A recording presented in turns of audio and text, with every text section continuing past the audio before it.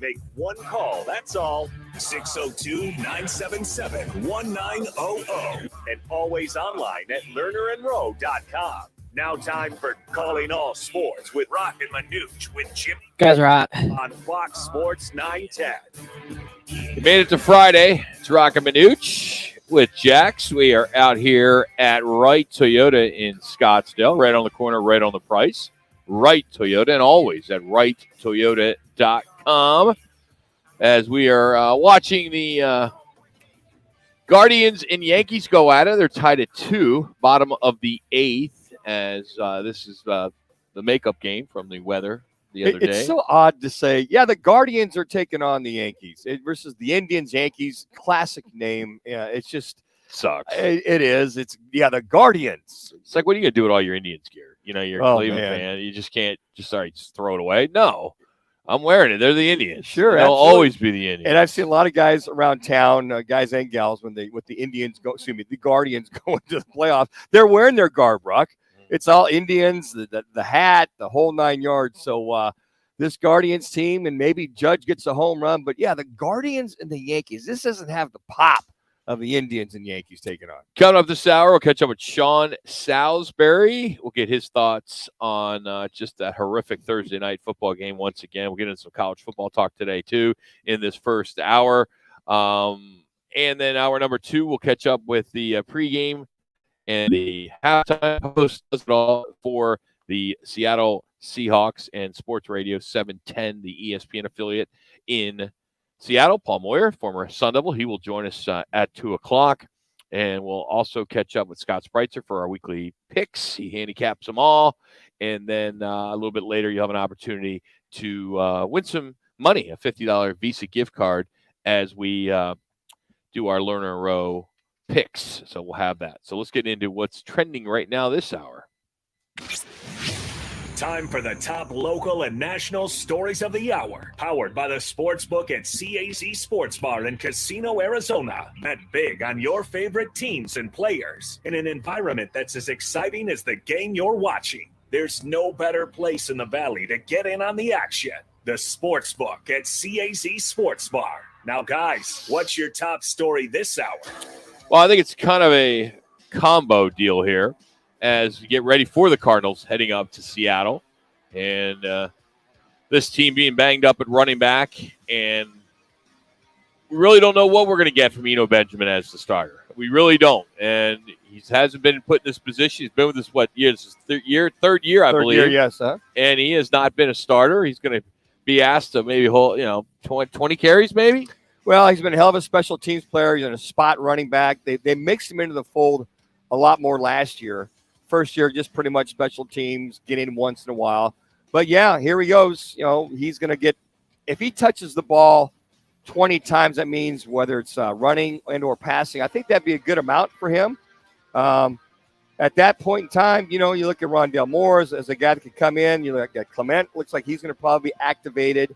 And then you got your running back, their quarterback, with Kyler Murray, how much they utilize him as far as the run game and rollout game and boot game and waggle game and all the above. So, and then Ingram, the rookie out of USC. Yeah, he's a good hard runner, had a decent preseason, but it's a whole different realm now when you got the live ammo coming at you. And I'm sure the kid's as prepared as he can be, but he gets behind the steering wheel, jumping on that Santa Monica freeway. The running back, it's going to be very difficult for him to maneuver in and out of traffic. The other thing, too, Rock, is I hope that Pugh and Hudson can both play. It looks like Hudson probably not going to play. You want to have your starting lineup of linemen up there. So both these guys, whether it's Ingram or Benjamin, can get a pretty good feel of this offensive line. And you have guys coming and going. A lot of it's timing. Maybe you got to go into the whole third gear or let the block set up. And I will say this, Ingram, he's a good runner, but he hasn't been against starters in the NFL. Starting defenses, I should say.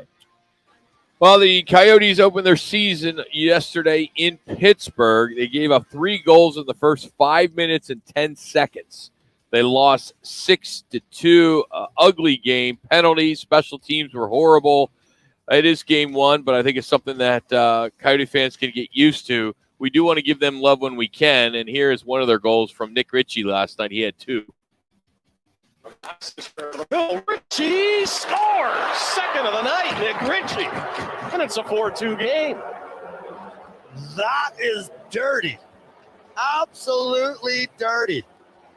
Tyson Nash is in midseason form. That was a hell of a move, Rock. That was a nice fake move by that kid. that goalie came out and he got spread out, and Richie just goes right around and just flips him. But I don't think I've ever heard that one. That's dirty. He's used that before. Has he? Yes, he has. Very creative, Tyson Nash. I like that. So thanks to Valley Sports Arizona with that call. They'll be back at it tomorrow at 4:00 as they're in Boston. So sorry that they got to go to Boston. Major League Baseball is scheduled today. Right now, it's still 2-2 with the Guardians and Yankees. Phillies host the Braves coming up here at about 1:37 on FS1, followed by the Padres hosting the Dodgers at 5:37, also on FS1. And what a horrific football game last night once again, as the Commanders, now 2-4, as they held on for a 12-7 victory over the Bears. It was just a bad football game. I don't know what else you could say. The first time the Bears, the Bears, I've seen them in prime time for a while. And an opportunity. You're going to get a chance to see them again next week as Monday night. They got New England, and then the Commanders, they're home against the Packers. But just an awful football game. And I will tell you, I will say this, though. I was impressed. I have Dish at home, and I switched over to Amazon Prime to watch the game. And I will tell you, I really, really like what they are doing with their broadcast. There's 3 different angles you have, or 3 different channels. You have the English, you have the Spanish, and then they have one that's a little bit more high-tech, which allows a stat screen in English. And if you're into fantasy, it's perfect. You have real-time stats. I think the production value of Amazon Prime is amazing. They have much more cameras. They have more angles. I really like the platform. I love the graphics. I think it's here to stay. Yeah, I like all the views to that point, Rock and reference to the replay, because I look at the game itself and I watch the whole field. Then the replay, the finer nuances from the side, like that last attempt at the touchdown pass.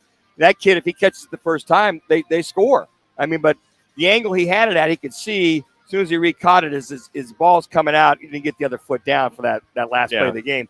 But, I mean, I look at angles. I look at as close as you can to field view for the viewer. And I think they do that. Sideline, from behind. Obviously, everybody loves the from the top, the aerial view. But you got to watch the third channel. I haven't seen the third channel. You got to watch the third channel because it's fantasy. It's showing routes with the colors following the routes. Oh, awesome. But I honestly, the Spanish is the best. I mean, I can't even count to 10 in Spanish. I really can't. The excitement, you put a gun in my head, I can't. Yeah. I don't need to. But the energy, the inflection in the voice, I don't know what he's saying, but man, even that game I got a little pumped up watching it, because I literally found myself watching it for a while because it was more entertaining. Nothing against Al Michaels and Kirk Herbstreit, but the Spanish just it's so much better. There's so much more energy. Well, when you listen to a soccer game in Spanish, the excitement, the goals, and all that kind of thing. But it's it's just that excitement and enthusiasm. I think not that Al Michaels and Kirk Herbstreit do an outstanding job. I think you get caught up in the malaise of the game, and I've always learned that you keep yourself up. Find something positive about this and about that. You can't get caught up in the facetiousness. That could very easily happen in these Thursday night games, Rock. I mean, this is some bad football. Let's see if Sean Salisbury has a solution. He'll join us in about 15 minutes. As top stories today brought to you by the new sports book and the CAZ Sports Bar, which is now open in Casino, Arizona. We'll be out there on Monday. We will be out there. Jax, Mike Bauer, and Mike Rose take the points. Starts at 11 right after Backspin the Golf Show. So tomorrow, starting at 9, you got a little golf talk that gets right into you degenerate gamblers, which I'm one of them lately. I did 48 bets last week. I'm trying to cut back. So right now, 48. That's a lot. Yeah, I did 48, but they're small bets. Okay, like I $10, took $5, I took $10. no, $2, $3. Oh, $4. okay. So like I know I did like I think I did 10 bets at $2 on who the first person to score in each game. Okay. And I did all right. I had Chubb. I had can't remember, but I think I won like 4. So I lost more. I lost 6, but As long as you're ahead of the game, Rock. As long as you're way out in front. I probably had the most exhilarating bet win last night. So it was plus 118 that both quarterbacks complete their first pass. Let me tell you, folks, that was Did it happen? exhilarating. It happened? It happened, yeah. 25 to win 54. that's Really? not bad. That's not bad at all. Yeah, it was a good bet. See, that's kind of stuff that I'm doing. I'm doing that Okay, kind of all right. off the wall, some But- parlays, and With Justin Fields and Carson Wentz, I was on my toes. Okay, guys, neither one of them threw for over 100 yards. 99 and 100. minute. I'm but like, none of us bet that either. well, I know that. So, but I mean, you don't bet that. You no. bet the under, maybe, and you can make some money on I that. was like, is there any kind of a passing game that's going to break out here with either one of the team? And Justin all, Fields. all I know is as I reboot right now, my Your app? my app. I'm doing DraftKings. Uh-huh. I am $12.32 down on the year.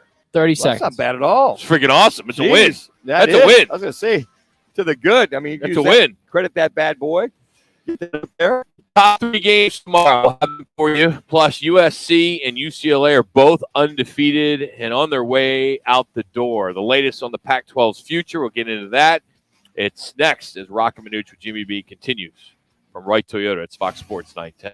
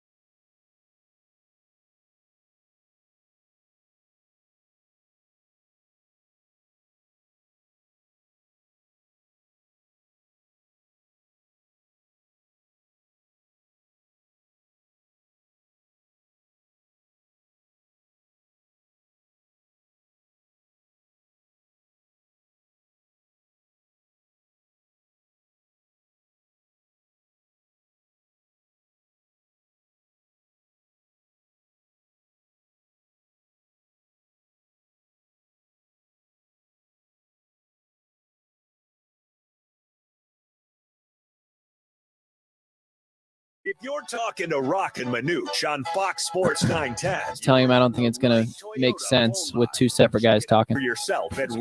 righttoyota.com. It did. The If right price, you knew the question right or what I was going selection. to get into. Right Toyota. That's fine. There's a reason for that. It's fine. It's just always, It ain't no big deal, man. I'll play right now. always No, prepared, no. always No, ready. you guys are good. They, No biggie. they always win a lot of games. Always good on all sides of the ball. Always well coached. In great shape and top physical, sound football team Guys are hot. and exceptional in many areas. It's Coach Harbaugh as his Michigan Wolverines will take on the Penn State Nittany Lions to start the day off tomorrow. What a hell of a day of football. Starts 9 o'clock. And what's interesting is, Fox is trying to be the next ESPN game day, right? They go to different places. Yes. Game day is going to be in Knoxville. Peyton's going to be the guest picker. But Fox has been trying to do this, and they get a good crowd. This is their 4th week in a row in Michigan. Wow. Really? Yeah. Because I haven't noticed. Is there nobody else in the Big Ten they can go see? 4th week in a row in Michigan. That's come on. I know you got the You're Harbaugh trying to work thing. your brand. That's the 4th game that Joel Klatt and Gus Johnson have done at Michigan too. Yeah. It's like they're the next NBC with Notre Dame. Yeah, spread the wealth. Oh, let's just do Michigan. Yeah, again, one more time. Yeah, maybe Harbaugh finally wins a national title and they want to be there for the whole thing. Who knows? I've been fortunate enough that this next guy you're going to hear from, Coach Franklin from Penn State, one of my all-time favorite coaches. Not necessarily because he's at Penn State. I like Penn State. I have nothing against Penn State, but I got to meet him a couple times at the Fiesta Bowl. And he's one of those guys that you shake his hand, he looks you right in the eye, and he repeats your name, and then you see him later, like in the day, right? And he remembers your name. Really? I just think that's amazing. I was, Yellow Jacket. I'm sure he could see my name because I have a badge on or whatever. But there's, how many Yellow Jackets there are? Yeah. So it's like for him to remember my name after I'd met him in the morning, and then later in the afternoon, he's like, "Hey, Mike, how's your day going?" when I've had some really bad times with Saban and Urban Meyer, and it's just refreshing to have a coach like that. That's just super cool. That's a great skill set for Coach Franklin. That really is. You can't to play for a guy like that. No, you go and he remembers you and he's genuinely concerned, whether he is or isn't. You're like, wow, are you talking to me, Coach? Yeah, it's like, yeah. How you doing, Mike? I'm not your quarterback. Yeah, I saw you a little earlier, and I just want to know how things go with the Fiesta Bowl. Here he is talking about this big Big Ten matchup with Michigan. And Coach Harbaugh, obviously got a ton of respect for Coach Harbaugh, for the university, for the program, for the venue. And obviously, I think we got a lot of things planned for the game as well. So should be a great atmosphere. And I know our guys are looking forward to it and preparing for it. But this is why you come to a place like Penn State to play in these types of games. Coach Franklin getting ready for Michigan. Number 5, Michigan, 6-0 in the season. Penn State 5-0. They're ranked 10th right now. It's all refreshing to hear both these coaches complimenting each other. Cliff Kingsbury does it more than anybody. But it would be refreshing. Like, I can't stand Michigan.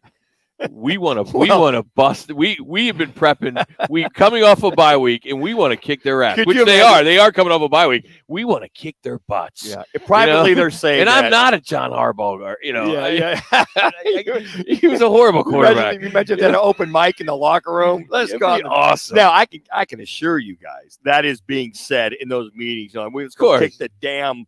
Take crap out of them and blah blah blah, whatever else. And I want you to get that quarterback early. The one thing I like about both these coaches acknowledge the reason why you come to Penn State and Michigan, the Ohio States of the world, the Notre Dames, all the above, and Bama is to play in these games. That's why we recruited you. You're a 3, 4, 5-star recruit.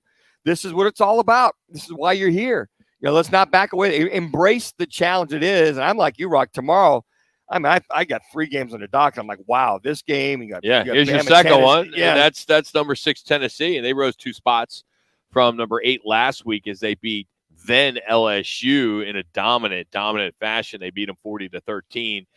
They have a Heisman candidate quarterback in Heaton Hooker, and he's a pretty good quarterback. And they are at their highest ranking since 2005. So they get Alabama now. A team that they have not beaten since 2006. Nick Saban has never lost to them. College game day will be there. Now, I want to expand on that because the folks in Tennessee are extremely disappointed that game day is there. Why? We're getting all this attention and marketing, and you're back on the map, Vols. Your boy Peyton's back. That is why. Yeah, that's why. That is why. Because there is a curse. There is a curse that has been mentioned over and over and it's similar to it's because of ESPN's Manning cast on Monday Night Football. Right. It's a big hit, right? Mm-hmm. Sure. So it's fun. What has happened is whenever a player goes on that show, the next week that team loses. Really? Yes. I guess I haven't kept track of that. Except Jalen Hurts, they won the week after. That was the first one then in a while. That was last week. One. Yeah. But this curse, goes beyond Manning cast, I guess. I don't know why you would. You love that guy. I mean, sure you would. Why wouldn't you embrace him? He took him to 11-2 record his senior year, and they finished in the top 10. They were awesome. Hall of Famer coming back into your fold there back there in Tennessee. It's a Manning curse. Yeah, unbelievable. So yeah, folks are. It's amazing how superstitious fans are. I know a lot of players are that way, but the fans are still that way. Well, don't put our quarterback on EA Sports on Madden. Don't do that. I know there's some love for Tennessee, but I think Alabama's going to beat them pretty good. That game's on at 12:30 on Channel 5, and then the late game 5:00. Number 7 Southern Cal is at Utah, and I think this is going to be a pretty good game. Potential Pac-12 championship champion in this one. Utah coming off that loss to UCLA. I'm anxious to see this one. I'm not a big fan of either. We'll talk to Sean Salisbury, who went to USC. I'm sure he's pretty pumped about this. But, USC, they could go in there, and I think they could take care of business. I think we get caught up in some of the talk, but I think USC is a better team than Utah. I think everybody got high on Utah early on because they're coming off winning the Pac-12. But almost beating Ohio State in the Rose Bowl. Probably should have beat them for all intent and purposes. But they didn't. No, they didn't. But I think that this will be, the speed, the talent of USC, and also you've got the, Lincoln Riley. He'll go big game. Can he, that big game scenario with him? And looking at this Utah team, it's going to be a hell of a test for him. That's for sure. Trojans and the Bruins are now 6-0 for the first time since 2005, and the more wins they get, the closer they're going to get to a playoff berth. It's unbelievable from what we witnessed this summer with the Trojans and the Bruins heading to the Big Ten in 2024. Right. You got a year and a half left of Pac-12 football. One of them could end up winning the Pac-12, going on to a playoff berth, and if they're that good, they're probably going to be pretty close to doing it again next year, and then they're gone. I mean, right now the West Coast is back. You got 4 teams in the top 25, and now it's all going to go to waste. The irony of it all, right, Rock? I mean, the irony of it all, here they are starting to come back, and these 2 teams are leaving, and don't be surprised if 4 more teams leave as things seem to get settled down. But it's going to be, they'll wave goodbye, whether it's UCLA or USC. Caleb Williams will definitely be coming back. DRT. Well, he's been there 5 years. Yeah, he's in his 5th year. He'll be gone. And then I think let the retool a little bit. UCLA, but Kelly's done a great job of recruiting. I shouldn't cupboards won't be bare for Chip Kelly next year. If you look at these 2 schools, they have combined to win at least a share of 56 conference titles going back to the old Pacific Coast Conference, which was formed back in the early 90s or 1950, I should say. They have played in 46 of the 108 Rose Bowls. It's a big loss for the conference. It's huge, Rock. And you're not hearing anything from the Pac-12 on what they're going to do. You just have not heard anything. And I hope it'll stay intact, but I hope that they also can start, bringing in some other schools too. If it's Boise State or Fresno State or San Diego State, whomever it may be. The next 2 years are going to bode to what they do and how they do. But for UCLA, I know that the Pac-12 was looking at, there's some ways for us to try to prevent this from happening. No, UCLA's made their decision. USC has made their decision. They are moving on. The Big 12, they're finalizing. They got it down. Their 14-team scheduling model for next year and the year after. So they are in the process of working a rotation for their 14 teams, as I mentioned. It'll include the additions of BYU, Cincinnati, Houston, UCF, Texas, and Oklahoma, even though they have 2 more years before they leave and go to the SEC. So they're taking advantage of it best they can. Absolutely, they are. They're seeing what's going on in the Big 12. They want to get into the fold of all that. And then if the movement of the other 4 teams that come out of the Pac-12 tend to go that way, i.e. Colorado, Utah, ASU, U of A, with the Pac-12 basically cutting off negotiation rights with ESPN, that's going to give them some more gases on top of that too. Hey, our State 48 Roofing, it's your call question of the day. With the banged-up Cardinals backfield, how much of a game plan should Murray run the ball? Your choices are 10 to 12 times, 8 to 10 times, 6 to 8 times, 6 to 8 times, I should say, easy for me to say, only on scrambles. So again, 10 to 12, 8 to 10, 6 to 8, or only on scrambles. You can vote on our Twitter page at Roc and Manuch. And as always, for a free quote, go to State 48 Roofing. Get that roof checked out before the winter comes.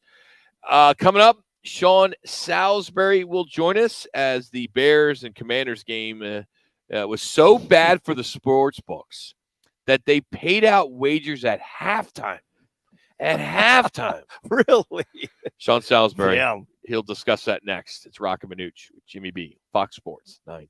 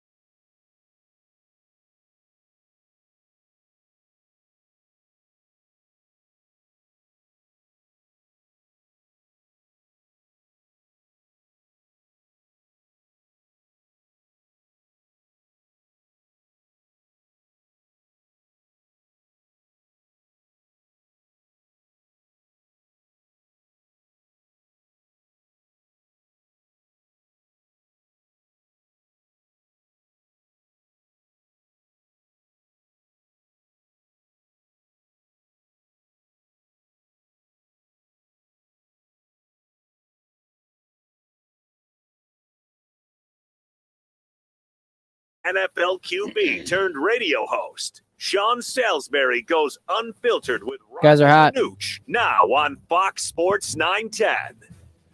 Sean Salisbury joins us now on the right Twitter guest sign here on Fox Sports 910. Phoenix, how you doing today, Sean? What's going on? What's up, Sean? All good here. How you guys doing? Doing all right. I just can't believe that there was an NFL football game on last night that was so bad that one sports book was paying out bets at halftime. They closed shop because it was such a bad game. How does that happen? How can that happen in the National Football League, Sean? I got to come clean. I can't remember last time I said this. I watched some highlights today. I did not watch a snap of the game last night.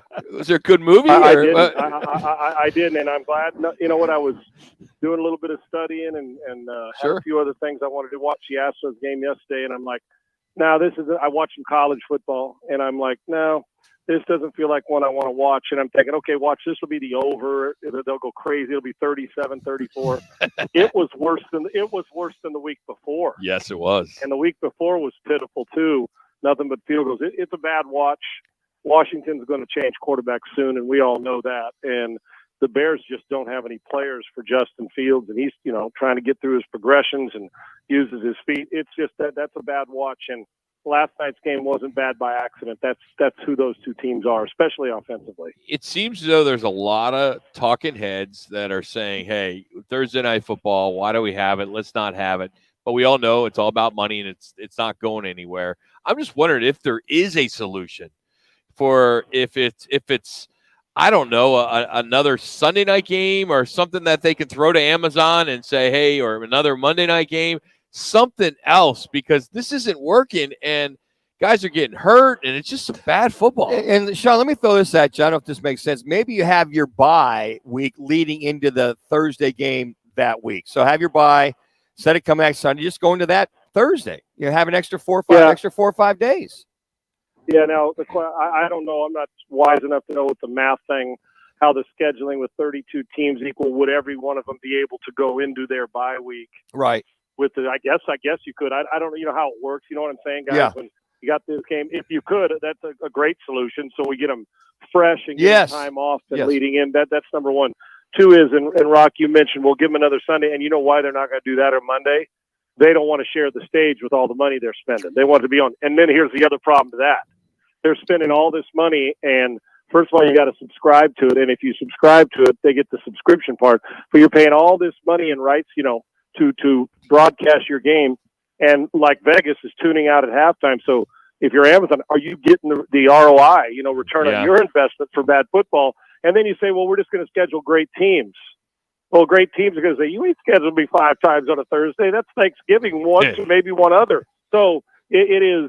The solution is, we got greedy with money, and they kept inviting it all in. It wasn't just going to be exclusive one. I mean, they'd put 3 games on Thursday night football if, in fact, 3 huge. But you guys know it. They'd put a game on Wednesday if somebody offered them $5 billion, and we all know that they would. So I don't know the solution other than I can't believe we got football players or football teams that are this bad. This is, in my opinion, 6 weeks into a season, the most sloppily played football I've seen in a long time with multiple teams I'm talking about. Go through. It's like, what? Oh, what? We have far more bad football than we do good football being played, and that's across the league. Sean, I can tell your master's degree that you now have in sports administration is really starting to pay off. I mean, you broke that down like you're teaching a class, like you're the professor in a sports administration class. Very nice. I know you couldn't get into Ohio U, but that's all right. Yeah, okay. I studied hard enough and long enough and wrote enough papers and made, I don't want to say pass enough tests, made enough A's on tests to be able to say that and act like I know exactly what I'm talking about, and that it was one of my speeches. And you know what's funny? I have taught a class and have talked to a couple of universities that have approached me about being a adjunct professor at their university on part-time. So, and a professor I had for class at A&M has approached me about doing that. I had him for a class, and I think I only made like 99.97 out of 100 throughout the semester. But I mean, who's keeping score? Man. You know what I'm saying? Yeah, I mean, slacking, Sean. My goodness. But who the hell's keeping?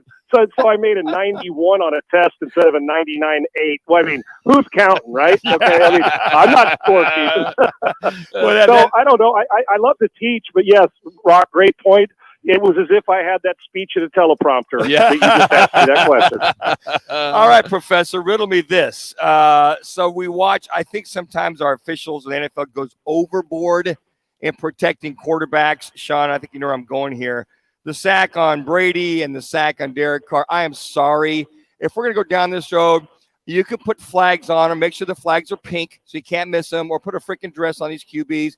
Because the other side of it is, what happens if a guy comes in cautiously knowing he can't body slam, whatever, and then the quarterback at 6'5", 260, Josh Allen, breaks out of your cautious tackle and goes down the field for a score. So I'm sorry, this is ridiculous. Let's just get back to playing football, please.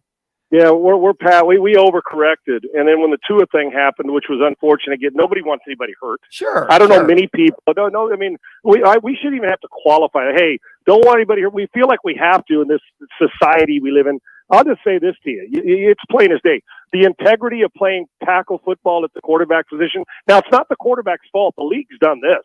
I mean, they're the ones who have competition committee. Now, most quarterbacks, well, to a man, I'll take it back most. The guys that are playing now and guys that played previously, they're not playing. I'm the one who likes these rules. Even current quarterbacks or guys who played in the league. Because it's not, this isn't, the truth isn't when Tony Dungy and Warren Moon and all the comments, we're not playing real football. And 5 years ago, we were worried about, are we losing some of the physicality? Well, we're at the point now that we are standing on the line of integrity of tackle football. Listen, I understand. I understand you want to get safe, but listen, a guy drops back to pass, and if a guy hits me going forward, takes one step, when I release the ball, he hits me in the back with a shoulder pad and part of the side of his helmet catches it, and my neck snaps back, and it looks like whiplash, but it's a good, clean hit.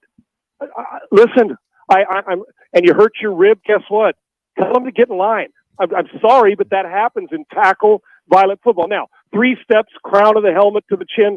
Come on, we all know what that looks like. Sure. Just like we all know what playing this position.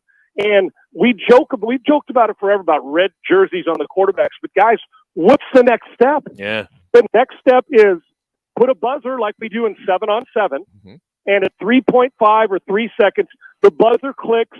We review it and say the ball didn't come out of his hand. The ball stopped and sacked right where he held the ball. I mean, we are literally, for the quarterback position, it's bad enough at some other positions. At the quarterback position, we are to the point now, you got 2 things to do. You can either go back and say, we got to back this up a little bit and play real tackle football and stop this nonsense, because it is football, it's quarterback league, but you can't play tag, the 2-hand touch football. Or the other way, or we literally say quarterbacks are off limits, put a time clock on them, and they only get a certain amount of time to throw the ball behind the line of scrimmage. I mean, we're there. It's not a matter of, well, we're not. That's hyperbolic. No, it isn't.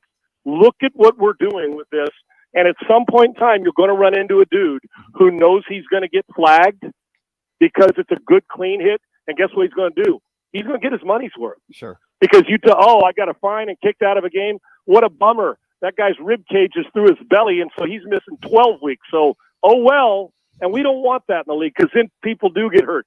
We got to go back to when a guy hits you clean, no matter how hard it is, that doesn't mean slamming him to the ground on the back of his head, but a good, clean, physical football hit, we got to let it play. That's the way the position's played, and that's the way it still should be played. Save me the crying about the lawsuits and everything else. We have softened the game for the quarterback, and it's overboard now because of injuries. He's Sean Salisbury, Roc and Manuch, Fox Sports 910. Sean, your alma mater's got a good one tomorrow at Utah. I'm sure you're going to be watching this one. UCLA made Utah's defense kind of look slow at times, and it was a big win for them. You think USC will try to do the same? Yeah, listen, and guys, Pac-12 is actually, when we started our conversation at the beginning of this year, the Pac-12 we felt was kind of weak, right? Oh, yes. Not real deep. Yep. And now you look at Oregon State. Hell, Washington State can score. SC played really good defense. I thought they'd give up more points than the 14, so they're starting to come together. How Lincoln Riley has got these guys on the same page with this many new bodies. You guys, what is there, like 70%? Or there's like 30 guys, 40 new guys on the SC team. It's crazy. But that's where there's a lot of places, the transfer portal and the rest of it. Caleb Williams and their speed. I don't want to play to Utah's strengths, Rock. I want to spread them out and make them play in space, even though they've got some speed. Yeah. But UCLA and USC are clearly they're 3 minutes speed-wise. This game does concern me as well, because Utah and Kyle Whittingham don't take the ass kickings very well back-to-back weeks. You know what I mean? Yeah. And so he will have them ready to play in Salt Lake City. And I don't want the Trojans to start thinking, our rivalry game's in a month or whatever against UCLA. And they're really good too. Chip's got them playing with great speed. Their quarterback's a freak show. So this game is concerning to me. I think SC wins.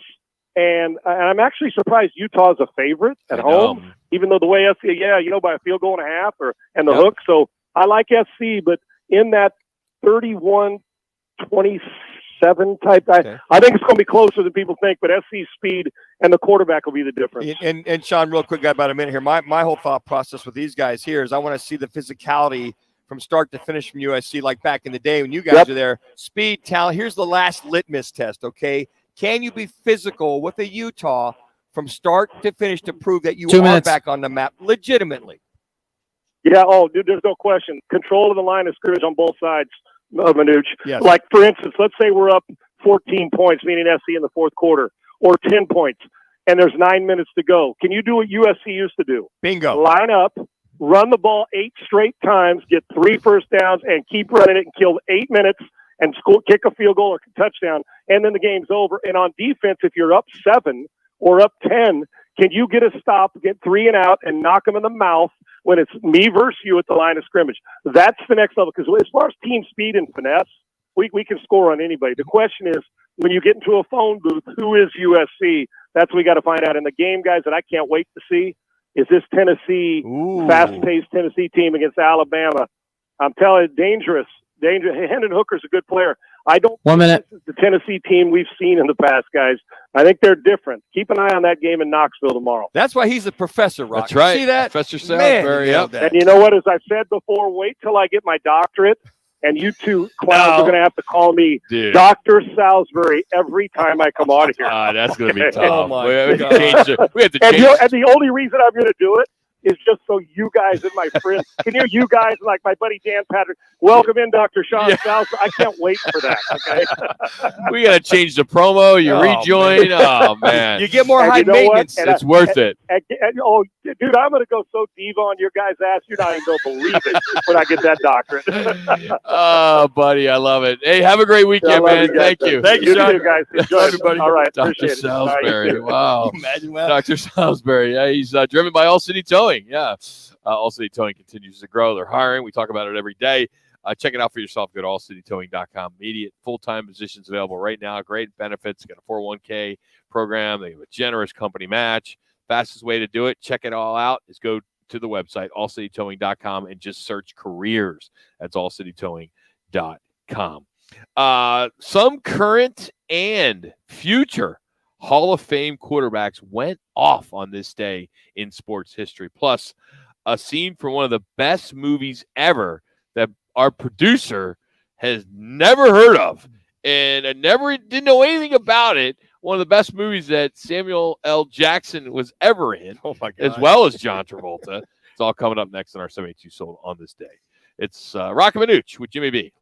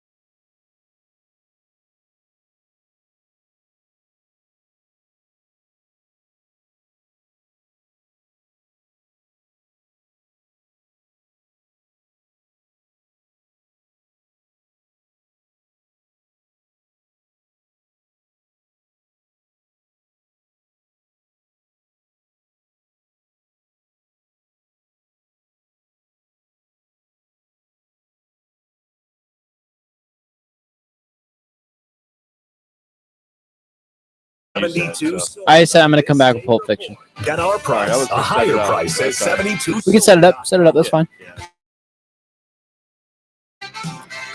That's right. Let's get to our 72 sold on this day. As I mentioned going to break, talking about some of the Hall of Famers that had some big days in history. Go all the way back to 1990. Joe Montana, who was drafted the same year Manuch was drafted. That's right, man. What, 1 round difference? 2 rounds. He was, I think, 2nd or 3rd. I was 5th round. Okay. I was in the neighborhood. Well, right he passed there. for career highs of 476 yards, 6 touchdowns. And Jerry Rice ties the NFL record with 5 scoring receptions as the 49ers beat the Falcons 45-35. Damn. That was in 1990. Tom Brady on this day in 2007 passed for 388 yards and 5 touchdowns in their win over Dallas, who were unbeaten at the time. And those 5 touchdowns gave Brady the NFL mark with at least 3 in each of his first 6 games of that season. He's not bad. 2012, Aaron Rodgers sets a career high and ties a franchise record with 6 touchdowns, 3 to Jordy Nelson, as the Packers routed the Houston Texans by 18, 42-24 in that one. And he completed 24-37, 338 yards, and ties Matt Flynn. Remember Matt Flynn? Yes, I do. His single record for touchdowns, which he set in their regular season finale against Detroit. And then in 2008, you had a field goal as time expired, and the Patriots beat the Chiefs 43-40 after blowing a huge halftime lead. And Tom Brady in that one, 340 yards, a touchdown, runs for another score for his 200th victory as a starting quarterback, which tops the NFL, and that was in 2018. And 75 years ago today, Chuck Yeager broke the sound barrier, become the first person to ever fly faster than the speed of sound. And this particular movie, we're going to play the clip. You will know it immediately. Ben, 24, 22, how old are you? 24. 24. He's been living in a cave because this is one of the all-time best movies of all time. Came out on this day in 1994. Now, I want you to go in that bag and find my wallet. What is it? It's the one that says bad motherfucker. That's it. That's my bad motherfucker. Open it up. Take out the money. If you've never seen Pulp Fiction, It's classic. Man. Tomorrow's not a good day to watch it. Sunday's not a good day to watch it. Maybe tonight. There's not a lot going on tonight. Sure, I'd agree with that.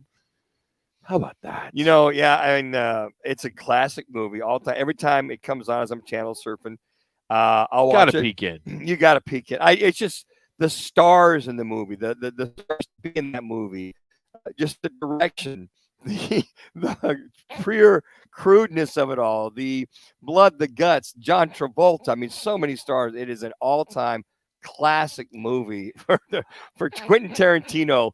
One of his best movies ever, besides the Kill Bills. On This Day is brought to you every day by 72 Sold. 72 Sold, America's leading home selling program. There's no better way to sell your home than 72 Sold. Get our price, a higher price at 72sold.com.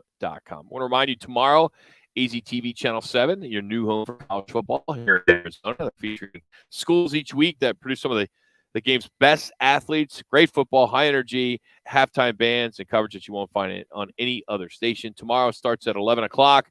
It'll feature Florida A&M at Grambling State. Again, 11 o'clock, AZTV Channel 7. Our daily digit today is let me back up. $124.5 million. Ooh, it's a lot of ducats, Rock. And that is the pre-tax earnings for LeBron James from his 2022 to 2023 on-court salary plus annual off-court cash endorsements, licensing fees, and any other business endeavors. Of course, he is the highest paid NBA player ever, this according to Forbes. $124.5 million. That's the pre-tax. Pre-tax. Man, that's just him getting up in the morning, Rock. Oh, my gosh. You know what? He gets paid what? 100 $1,000 a minute. Oh, something like that. I remember we did that a game. few years ago. It was like 150 grand per minute. But yeah, the pre-tax dollars, just waking up. Hey, LeBron, you're going to make 124.5. If you gross it all the way up, who knows, maybe to $200 million. Uncle Sam just chomping at the bit. They can't wait to, the taxes he makes can pay for the all the utilities and fees for some of the small cities out there in America. Just here's a cut a check. Just here you go. I don't think he's going to do that. He just bought a pickleball team. Saw he and Brady both got into the pickleball arena. Kevin Love, Draymond Green, they all have got into that business. Pickleball's it's a fastest growing sport right now. It was on TV last week. Watching some of that. I'm sure they come out there to Bell Bank Park and do a little taping once in a while. Yeah, the PA plays out there. The APP plays out there. That's kind of the equivalent of the NBA, NFL, and all that. Those big leagues. So they're out there each and every, throughout the year. Usually first quarter, and big crowds get out for that. Big crowds. And then what I saw, these guys are good guys and gals are pretty good. Matter of fact, one of the gals is one of the national champs, the singles and doubles. When you watch all that being played, so some pretty, but they still move around quite a bit. Tighter court. Still takes a little bit of progress to move around that pickleball. Some news regarding the Rams today that the world has learned that Cam Akers won't be suiting up for them on Sunday. He's 3 minutes. Ruled out due to a personal issue. And the headline says NFL world praying for Cam Akers today. And according to a statement from head coach Sean McVay, the Rams are working through some things regarding him. He also declined to say whether or not he would be suiting up for the team in the future. So fans aren't really sure how to take this. No one really knows what is going on, but it was listed as personal. Well, it's tough to speculate something like that if he said he ever suit up again if it's a personal issue. Yeah. And I think for a lot of Rams fans, as much as that team is struggling right now, you hate to see or hear about something like this, but if something where he needs to take care of his health, whether it's mental or physical, whatever. You can only hope for the best. But that's sometimes, Rock, when it rains and pours. Yep. With a team like that. Dak Prescott is officially 2 minutes. Officially questionable. Questionable. I saw him out there running around at practice today throwing left-handed. Yeah, I saw that. And I'm like, okay, well, if he's even questionable, you would think he'd be able to throw a little bit with that right hand. He was doing that on purpose. No, I know that, Rock. I know that. But no, I mean, you didn't. Yeah, you would have said that. You would have said that. No, but I mean, he should do. He was doing that to the media because the media wants to know if he could play. No, I get it. So the media only had a small window to actually watch practice. I get it. So he figured he'd have some fun. Sure. Yeah. And show the media for the 5 minutes they have to watch practice. Yeah, God forbid, to go left-handed. God forbid he tip his hand on him throwing with his right hand. So there, Jax. Tip it. Okay. Yeah. Hang with me. Don't comment. Just one thing you got to learn if you're going to do the show with us, Jax. When Manuch goes down that road, you don't respond. It's pretty creative, I think. Because the more that you got to enjoy it while you can, because they're few and far between. And I don't even know how I would respond if I had a response. Folks, 1 minute. We apologize. Oh, Manuch. I crack myself up once in a while. Well, coming up at 2:45. Yeah, we are going to have some fun on behalf of Dan Manucci. Oh, we are. Yes. Okay. You don't even know about it. I can't wait. It is some one of your finest moments of broadcasting in the last 18 years that you and I have been doing radio. Well, there's been a lot of them, Rock. But this one takes the cake. Takes 30 the cake seconds to a whole nother level. Was it on my birthday?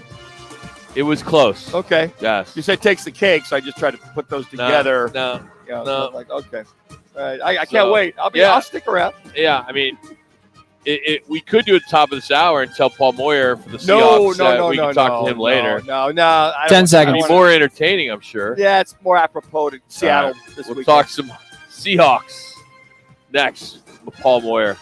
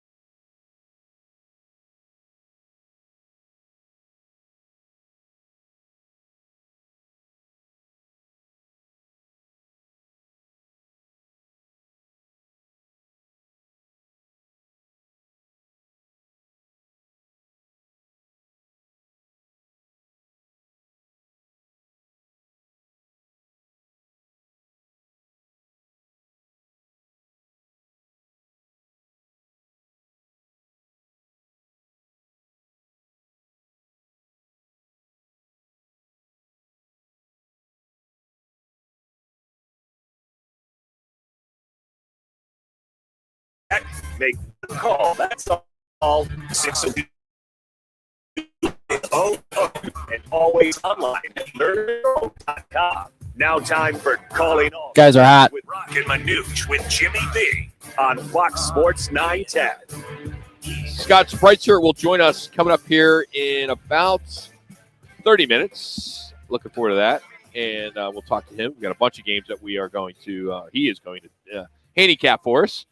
Paul Moyer, the pre and post for the ESPN affiliate in Seattle, will join us here in just a moment. We're going to catch up with him, talk about the Seahawks, especially, specifically, one of the biggest surprises so far in the National Football League, and that has been the play of their quarterback, Geno Smith. We'll dive into that.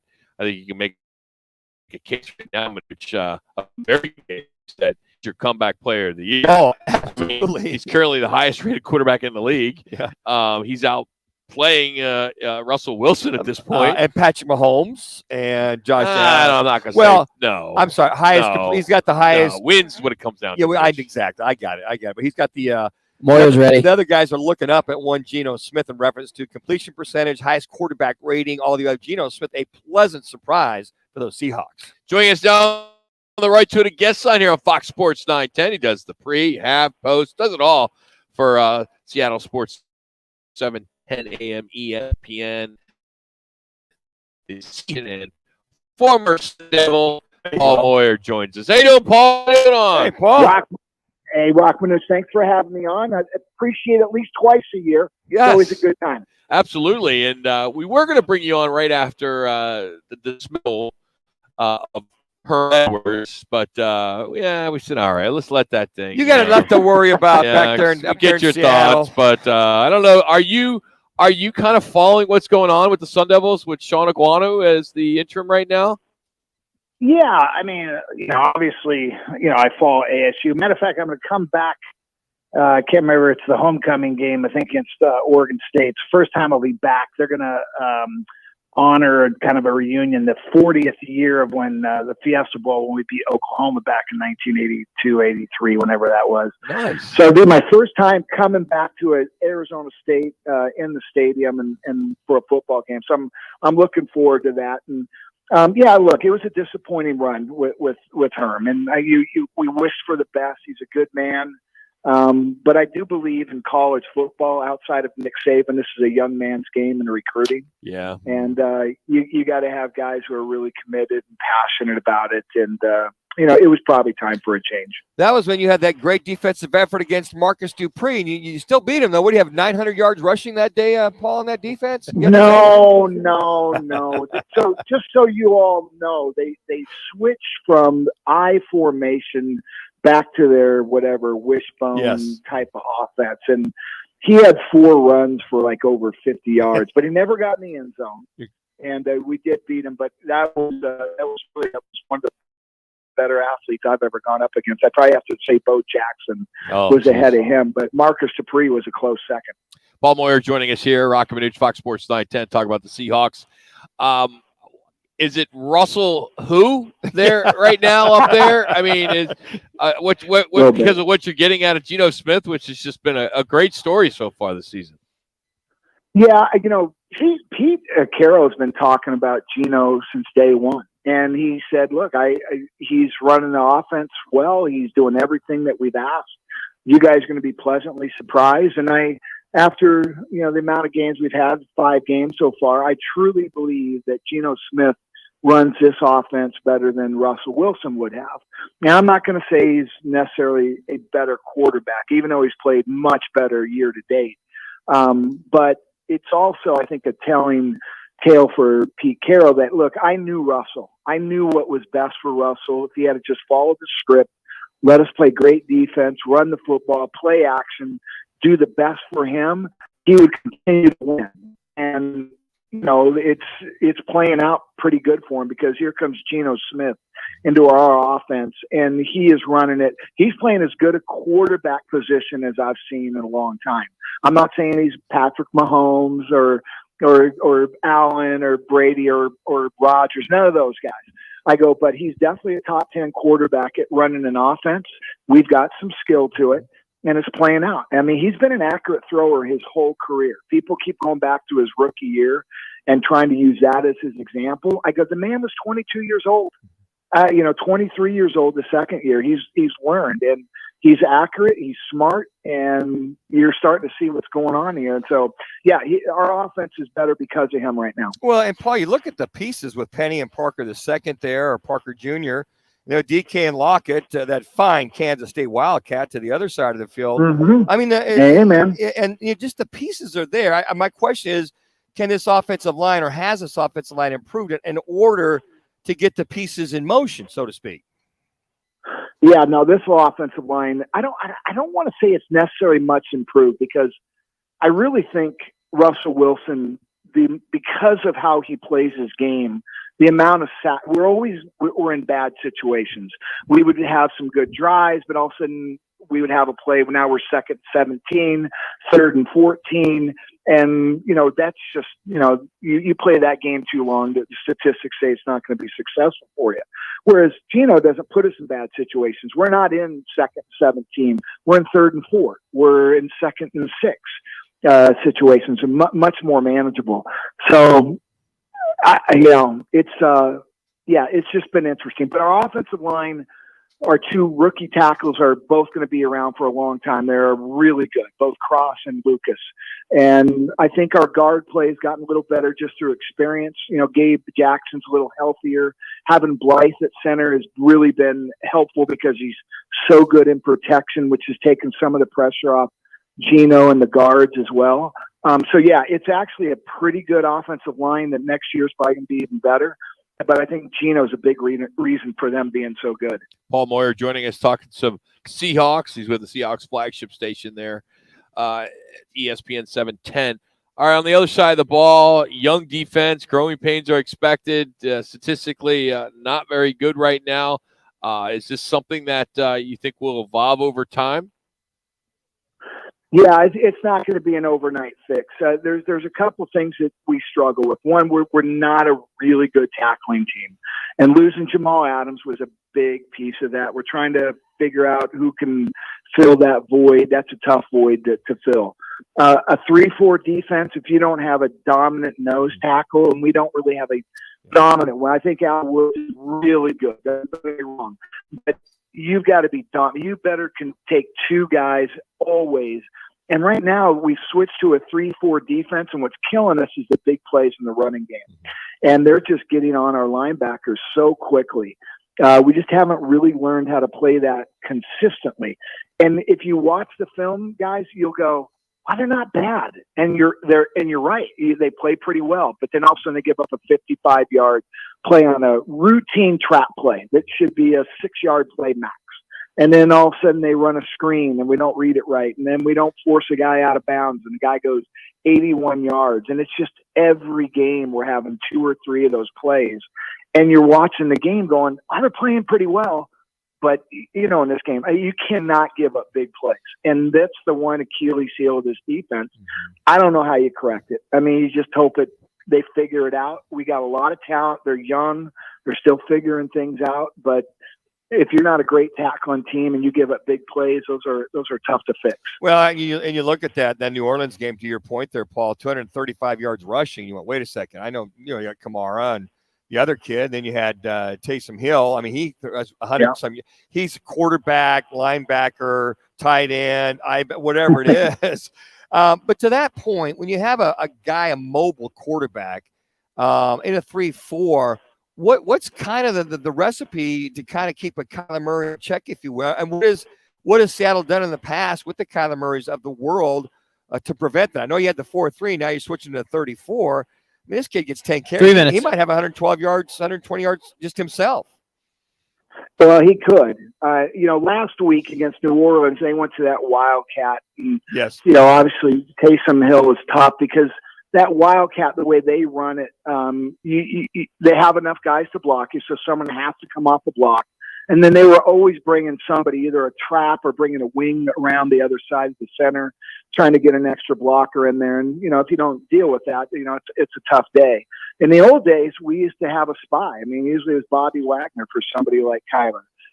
We can still do that. I mean, I think Jordan Brooks is easily as fast now as Bobby was, and he's a fantastic player.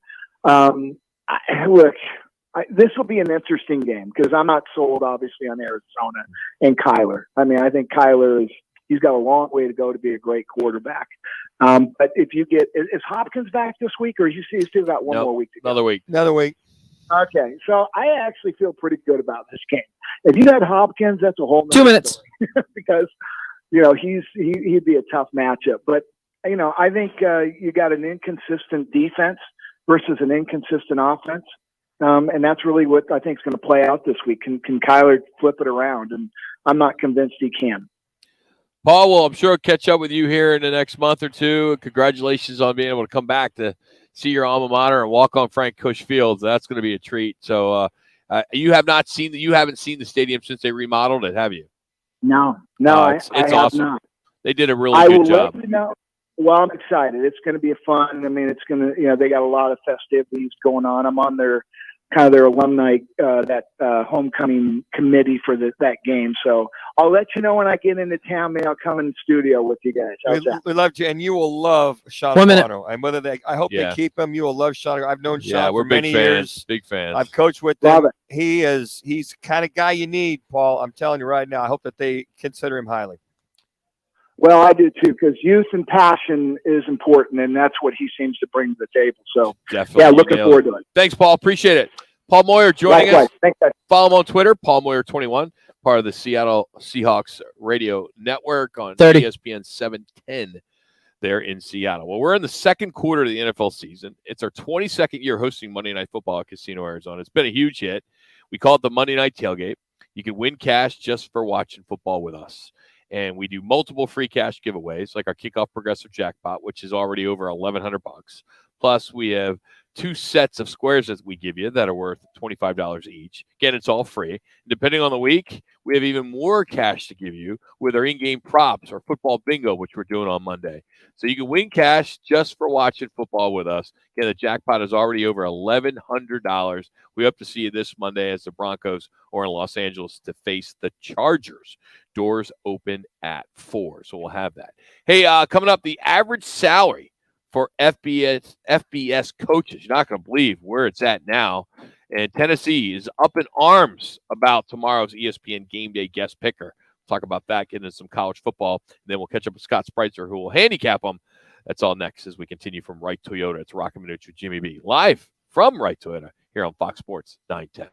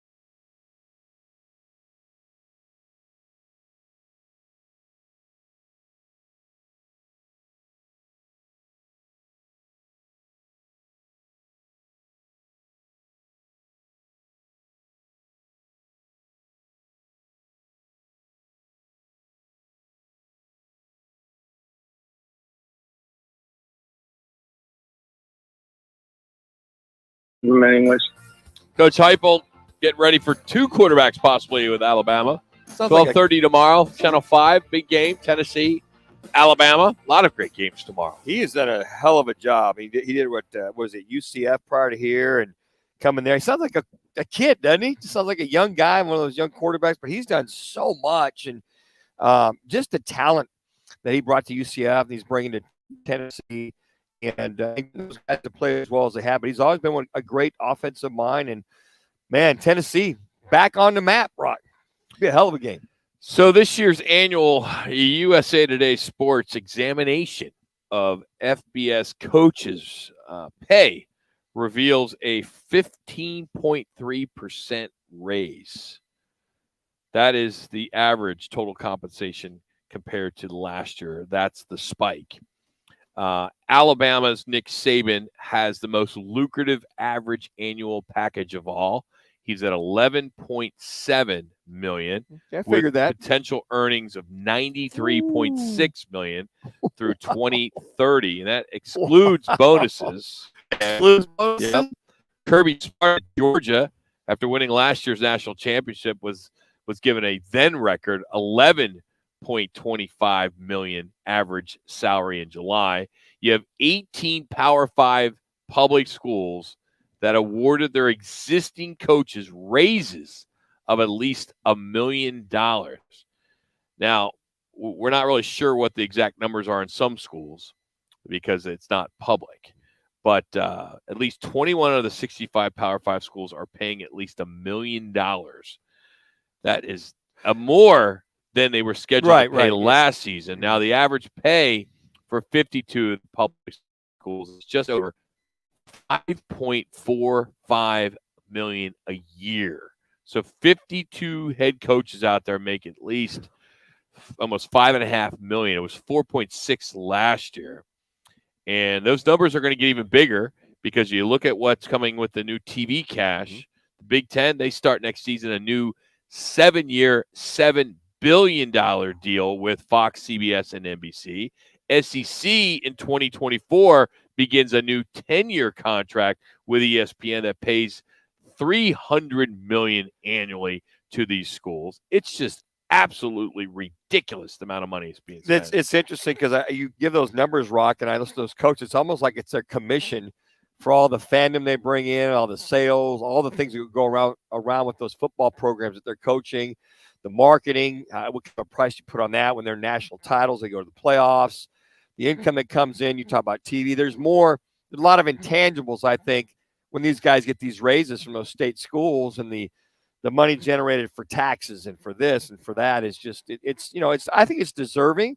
The numbers are off the charts. A lot of people say it's unfair. I said, well, how many other and I love our teachers to death. I love what they do, but there are individuals that are bringing a lot of money into the campus, into the state, into the cities that I think that you reward them for doing that. And the teachers, they do it great. I love it.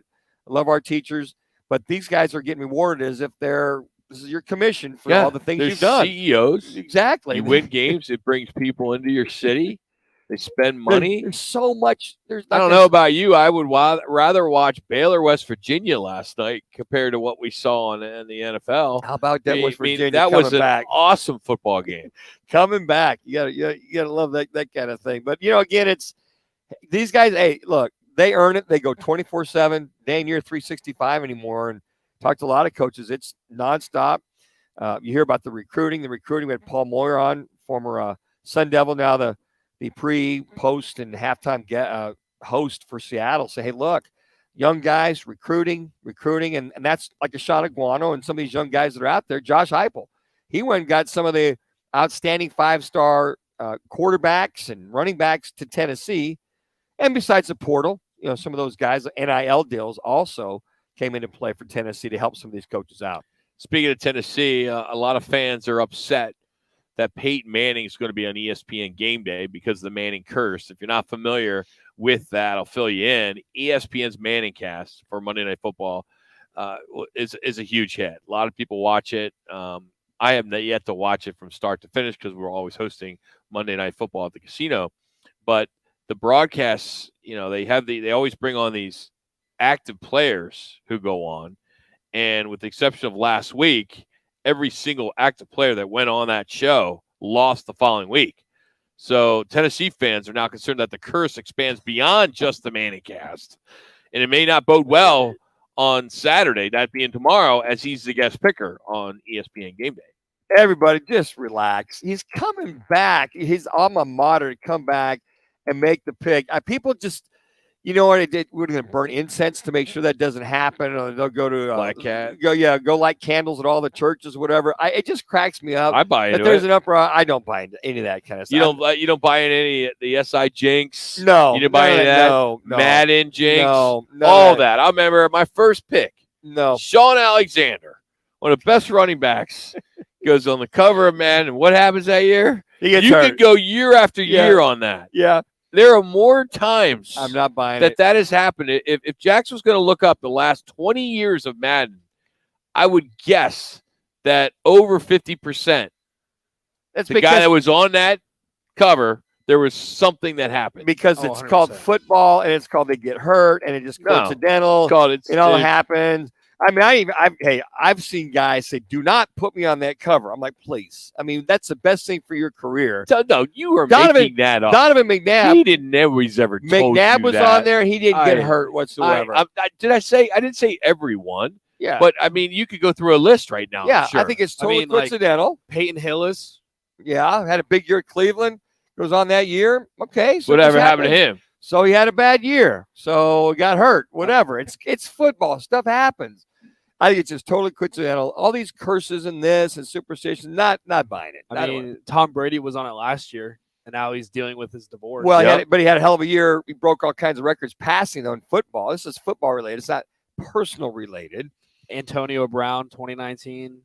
He's been mentally irregular from the get-go. Doesn't matter. So Still later. To my point is, if we break down every cover, it happens. Yeah, sooner or later, stuff's going to catch up with you one way or the other. I mean, do you think they put these guys on there to go, okay, just watch out, play cautious? I'm not buying any of that. That's just folks in media and folks in Tennessee, whatever, just buying into the aura. It's Halloween's right around the corner. We're going to play into that too. With the orange, the creamsicle orange that they got going on. Please. There was a run there, Manuch, 3 minutes. I believe, for many years until Patrick Mahomes was on the cover, that he surved. He survived the Madden cover. Curse. Yeah, because that was his first cover, and things worked out for him. But there are many years that there has been some major curses. Oh, I seen it. Now that it's just the coincidental. It's just people get hurt, and unfortunately, John has passed away. So maybe that the Madden curse goes away now that John's gone. Maybe that curse will no longer linger. I think Lamar Jackson was on it, got hurt. Antonio Brown got hurt. Tom Brady a couple times. Rob Gronkowski got hurt. I mean, I'm looking at this Odell Beckham. I mean, there's a lot of curses. A lot of times that he got hit. What sport do they play? And you look at their history. A lot of Gronkowski gets hurt every year. So when you say that, Adrian Peterson, he was on there. Yeah, okay. Then he came back and had a hell of a year. I mean, it's just injuries happen. That kind of stuff happens. It's called football. I don't know. If you can make it through a season, I'm looking at every year here, man. There are more. It happened to Larry Fitzgerald. He was on the cover. Clear-cut example right there. Yeah. Of the Madden curse. Yeah. I mean, he had all these personal records going through 2009, and then he had a letdown in 2010. He lost Kurt Warner. He still put up some good numbers, but man, it was not good. Who did he lose? Who's the quarterback he lost there, Rock? Kurt Warner. That should be enough said. Enough said. So if you're banking on he had a bad year because Kurt Warner was gone, well, the main reason why he had a bad year, he had like 10 different quarterbacks that year. Well, maybe he left because he saw he was on the Madden cover. Yeah, right. Hey, you never know. Hey, if you need a new patio grill set, this is your chance to win one right now. Just text Peaks to 55678. That's Peaks to 55678, and you'll win it. You'll be entered, I should say, to win a customized backyard grill. 1 minute. Courtesy of Twin Peaks, Blue Moon, and Coors Light. You can enter once a day, even on weekends. Standard message and data rates apply. Well, it's week six of the NFL football season. There's also some key college football games that could affect the conference standings. Scott Spreitzer from DocSports.com. He'll break down, hopefully we'll get to 5 games with him next as we continue from Wright Toyota. It's Roc and Manuch with Jimmy B. Fox Sports 910.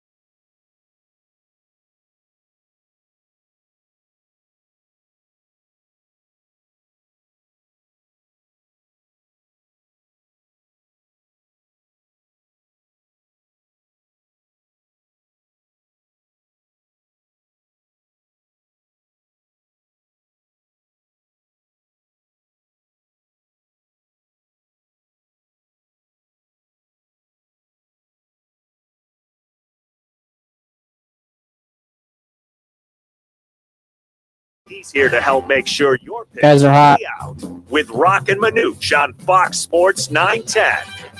All right, we got a lot of games to get into today, so just jump right at it. We're going to go Penn State, Michigan, Bama, Tennessee, USC, Utah. Then some NFL games as the Cardinals are up in Seattle. Chiefs host the Bills. But let's get started. Scott Spreitzer joins us. How you doing today, Scott? What's going on? Doing well, guys. Just checking out some baseball. Man, I love it. You get 4 games a day or 3 games a day or what have you these last few days. So it's great. Watching baseball, capping football. Can't ask for anything better. Absolutely. And for those of you that are just tuning in, the Guardians won in 10 innings, 4-2. No score in the Philly game right now with the Braves. All right, let's go number 10, Penn State at number 5, Michigan in the Big House. Big 10 showdown as the Lions and Wolverines. This is a big one. Both undefeated for us. 9 o'clock gets started on Fox. Who are you liking this one? Yeah, I'm leaning towards the underdog here. I mean, the first line that popped up on this one early this week had Michigan 7.5. Some sharp money came in on Penn State right away, knocking the number down to 7. I see 7.5 out there. I've got about 12 to 15 books on my screen on my line service, and the one that's got a 7.5 is outside of the U.S. That's the only one I see at 7.5 still. So. Listen, I think, part of the big matchup in this game comes down to Wolverines running back Blake Corum versus Penn State's run defense, which is top 5. And Corum has been chewing up the yardage on the ground, but Michigan has played one of the 20 easiest schedules in college football this season. I do power ratings, a little circle group of mine that does their own power ratings. We all have Michigan's schedule rated anywhere from 105th to 115th. So we'll see if that they, can keep it going against a team where they've got to step up in competition. Penn State, by the way, has a talented running back in their own right and a strong ground game. So I think we're going to see the ground games. One of the two is going to have to come to the forefront and help win this game. But both quarterbacks are good. I don't know if they're intimidating these two quarterbacks to opponents, but McCarthy and Michigan's going to face the nation's 99th ranked pass defense. And I think eventually it'll be the difference in the game as far as who's going to win outright. And I really think, if you look at what Michigan's done against a soft schedule, 10 minutes to go in the game against Indiana, it's 17-10. 6.5 minutes to go in the game against Maryland, it's 24-19. So I think Penn State's the right side plus the points. I'm not sure they can get the outright win, but I could see this coming down to a field goal to 6 points. I say that knowing that when the big game is on the line, James Franklin hasn't always been able to get his team to the winner's circle, whether it be straight up or against the spread. But I think taking the points would be the way to go there. It's got number 3, Bama at number 6, Tennessee. Last time I looked, like Tennessee was getting 7 here. And when the challenges that Nick Saban, right, whether it plays or not, bring the backup in there. Everybody's saying this is the time that Tennessee's going to make it happen. I think he thrives in these kind of games when he goes on the road and the quarterback plays or not plays. I agree with you, man. It's like he's like almost sitting at home, by himself in his office or whatever, thinking, all right, they're kind of doubting us. It's like, and this number, by the way, guys, today has gone from 7 up to 8.5 and as high as 9 over the last few hours. So I'm guessing, even though they haven't announced it yet, at least on the line services, which give you the official injury updates when you're betting, I still haven't seen that Bryce Young has been upgraded to probable or expected to play. But I'm guessing maybe the word came out somewhere because this line, again, has gone up as much as 2 points today in a few books. So anyway, having said that, listen, we do know that we've seen something out of Bama we haven't seen in most years that Nick Saban has been there. Some chinks in the armor, if you will, a couple of times. The offense can struggle. The team does shoot themselves in the foot sometimes, whether it be penalties against Texas or turnovers against A&M, although Young wasn't in there in that game. They certainly didn't dominate the Aggies last week. And, Tennessee, I ended up using as my top college play last week against LSU, and it was over from the start thanks to a bad kick return, but I appreciate that since I had the other side. And then you've got Hendon Hooker, who's done nothing wrong this season. I mean, he threw a pair of touchdowns, if you remember, in the first quarter against Bama last season. They led Bama going into the second quarter 14-7, and with 12 minutes to go in the game, it's a 7-point game. So that 52-24 final was a bit misleading. Hooker's better this season. He's another year older. He's got outstanding skill people around him. It's tough, man. Saban's beaten this team 15 straight times, covering 11 of those games. But over 7, it's now getting in that neighborhood where I think you take the dog or you stay away from the game. He's Scott Spreitzer joining us here on Roc and Manuch with Jimmy B. You can always follow him on Twitter at Scott Wins. He's part of DocSports.com. All right, let's get into what could be a Pac-12 championship. Not sure, but Utah looking to rebound from that loss at UCLA. Utah picked to win the Pac-12 conference in the preseason poll, and USC, I think, was third. This is a big one. Who do you like? Yeah, absolutely. It's become a big one, and maybe not as big as we all thought it would be on a national basis before the season began. And speaking of that, the Utes were as high as a 9-point favorite before the season kicked off. They're now laying 3.5 when it comes to game week. So you can see by the number how much Utah has disappointed since preseason expectations. 2 of the last 3 games, though, when I look at USC, their offense has been held in check. They gained around 180 yards rushing and 180 yards passing, give or take a few yards, against both Oregon State, which was 3 weeks ago, and Washington State most recently. The question, what happened to the Utes' expected dominance in the trenches and step-up games? I mean, they didn't dominate against Florida. They didn't dominate against USC. They got, against UCLA. Instead, they got owned. But having said that, guys, I think the Utes are going to get back to work in this one because you can run on the Trojans. They aren't good at defending the ground game. Arizona State was the only team that USC has faced that didn't gain more than 4 yards per carry against the Trojans so far this season. I like the Utes here, laying 3.5. I think they muscle their way to the win and cover. All right, Scott, let's switch it over to the National Football League up in Seattle. The Cardinals are traveling up there. Last time I looked, the Seahawks a home dog plus 2.5. We just had Paul Moyer on, who's the who does the pre, post, and halftime for Seattle radio up there. Was talking about he sees the Cardinals more inconsistent than Seattle. I kind of lean that way, but it doesn't look like the wise guys are leaning that way. No, I like Arizona here. I mean, we've got a couple of teams that were at 2 and 3 going through last week, week 5, that I believe are 2 of the worst teams in the NFL. One of those is now 2 and 4 after losing last night with that, in fact, a great performance against Washington. Yeah. Chicago, I've got them ranked as the worst team in football, and yet they had 2 wins. And the other team is Seattle. I've got them in my bottom 3.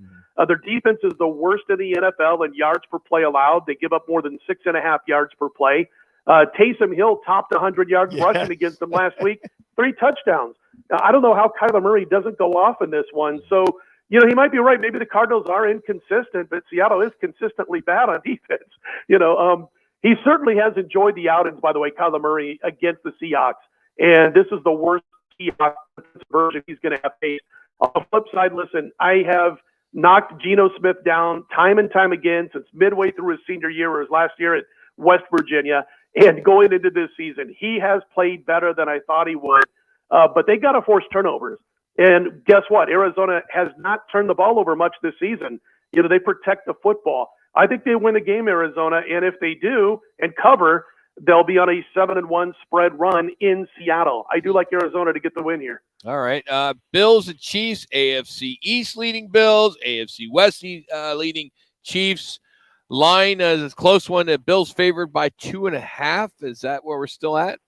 2.5, and I believe the 2.5 is going to keep a lot of regular Joe bettors off the Chiefs in this one. They want that 3, but I'm fine with this number being below a field goal in most books.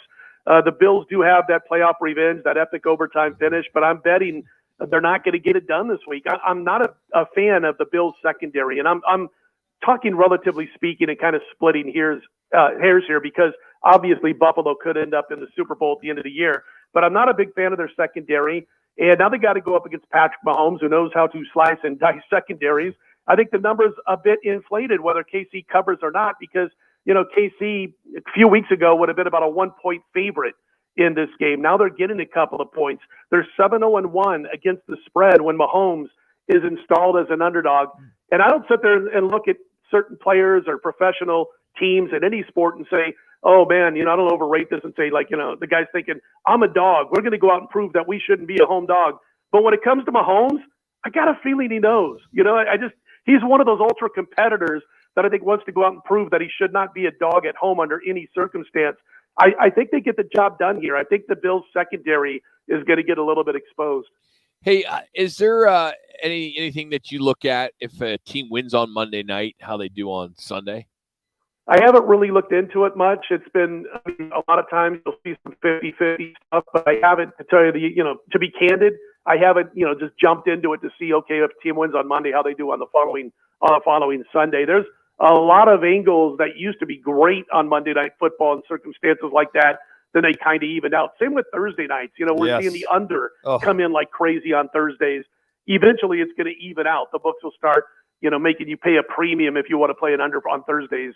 But again, on Monday nights, I really haven't looked into it a whole lot. Are you playing the over-under on the TCU Oklahoma State game? Maybe first one to 55 wins that, over 1,100 yards total offense. How are you looking at that game? You're kind of looking 3 minutes. Yeah. 13 to 55. I mean, first half. Yeah, first half. Yeah, I mean, it's up to 68.5 on that total, and I could see it has been as high as 69. A couple of the books that I look at, it did drop down to 68, and now it's climbed back up to 68.5. I could very much see in this being a 42 to 35 type of shootout. Oh, easy, and probably over 1,000 yards total offense combined, right, Scott? I wouldn't doubt it. I wouldn't bet against it. Scott, have a great weekend. Thanks for the information as always. Take care, guys. Scott Spreitzer, check him out, docsports.com. He's one of the best. Been with us for over 15, 16 years, so we always appreciate him taking some time. If you want a little bit more, not to his level, they want to be, but make sure you tune in tomorrow to the only local sports gambling show in Arizona. Take the points. 2 minutes. It's presented by Casino Arizona. It's live from the Sportsbook in Casino Arizona, the CAZ Sports Bar. It's Bauer, it's Gross, it's Jack's every Saturday from 11 to 1. They give you what they call uncensored sports betting advice. They give you their opinions, their analysis, advice.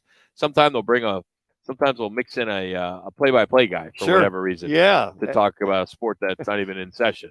Don't understand that. If I was a producer, why Kevin Ray went on their show last week? Yeah. No idea. Well, they're in preseason. Yeah, well, you're not betting it. I mean, it's a betting show. Well, it's a betting show. I thought it was apropos, Rock. I did, because it was. They didn't talk about betting the whole time. They talked about how he gets from city to city. Because the play-by-play guy can't really talk about betting. It's. I know. So why do you bring him on? Take the points. That's my whole point. He could say. My whole point. You could say if you're a betting. Come man, on, Bauer. Ray, Gross, get your head out of the ground. It's a sports 1 minute. betting show. Yeah, I can imagine you guys probably break down anything, everything, and then some, and following all those early games that are probably going on. Everything. The owner of that show is getting a little pissed off that Yeah. they're not talking what they're supposed to be talking. Yeah. I'm going to find somebody else to do it unless they do what I tell them. I think that's a shot across the bow right there. All Rock. right, it's been noted. Busch is adding another exciting beer. Yeah, but it's for dogs. Plus our Valley Chevy dealers. Random facts of the day are next. This is Fox Sports 910.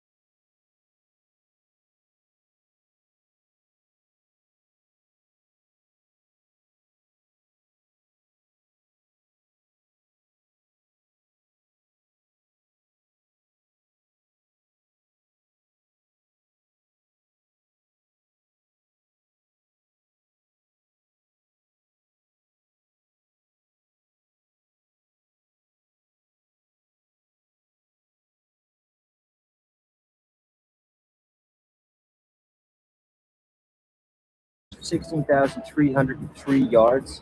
Did you know the career record for most hits is 4,256 by Pete Rose, who is not in the Hall of Fame? Do you know that my next door neighbor has 3 rabbits? Now time for Fox Sports 910's Roc and Manuch. Guys, right. Jimmy B to give you the random facts of the day driven by your Valley Chevy dealers. Find new roads at your Chevy dealer. For a dealer near you, head to valleychevy.com. I got a couple for you. Did you know scorpion venom is the most expensive liquid in the world? Really? $39 million per gallon. What? Yep. Damn. And the main reason is it could be the key to developing the next level medicines that could fight malaria, bone disease, even cancer. 39 million per gallon, and I was complaining today, $5.50. So, Carl's Jr. once had a sibling Mexican restaurant called Taco de Carlos. Never heard of it. Didn't take off. They had 17 locations. They were all sold off in the 80s. The tradition of late night talk shows starting at 11:35 was way back to the early 90s when networks they wanted that extra 5 minutes for news to cover the Gulf War. Oh, is that what that came from? Well, that little extra time there? Yep. Okay. Hey, 2 years ago, Busch Beer created a beer just for dogs. It was called Busch Dog Brew.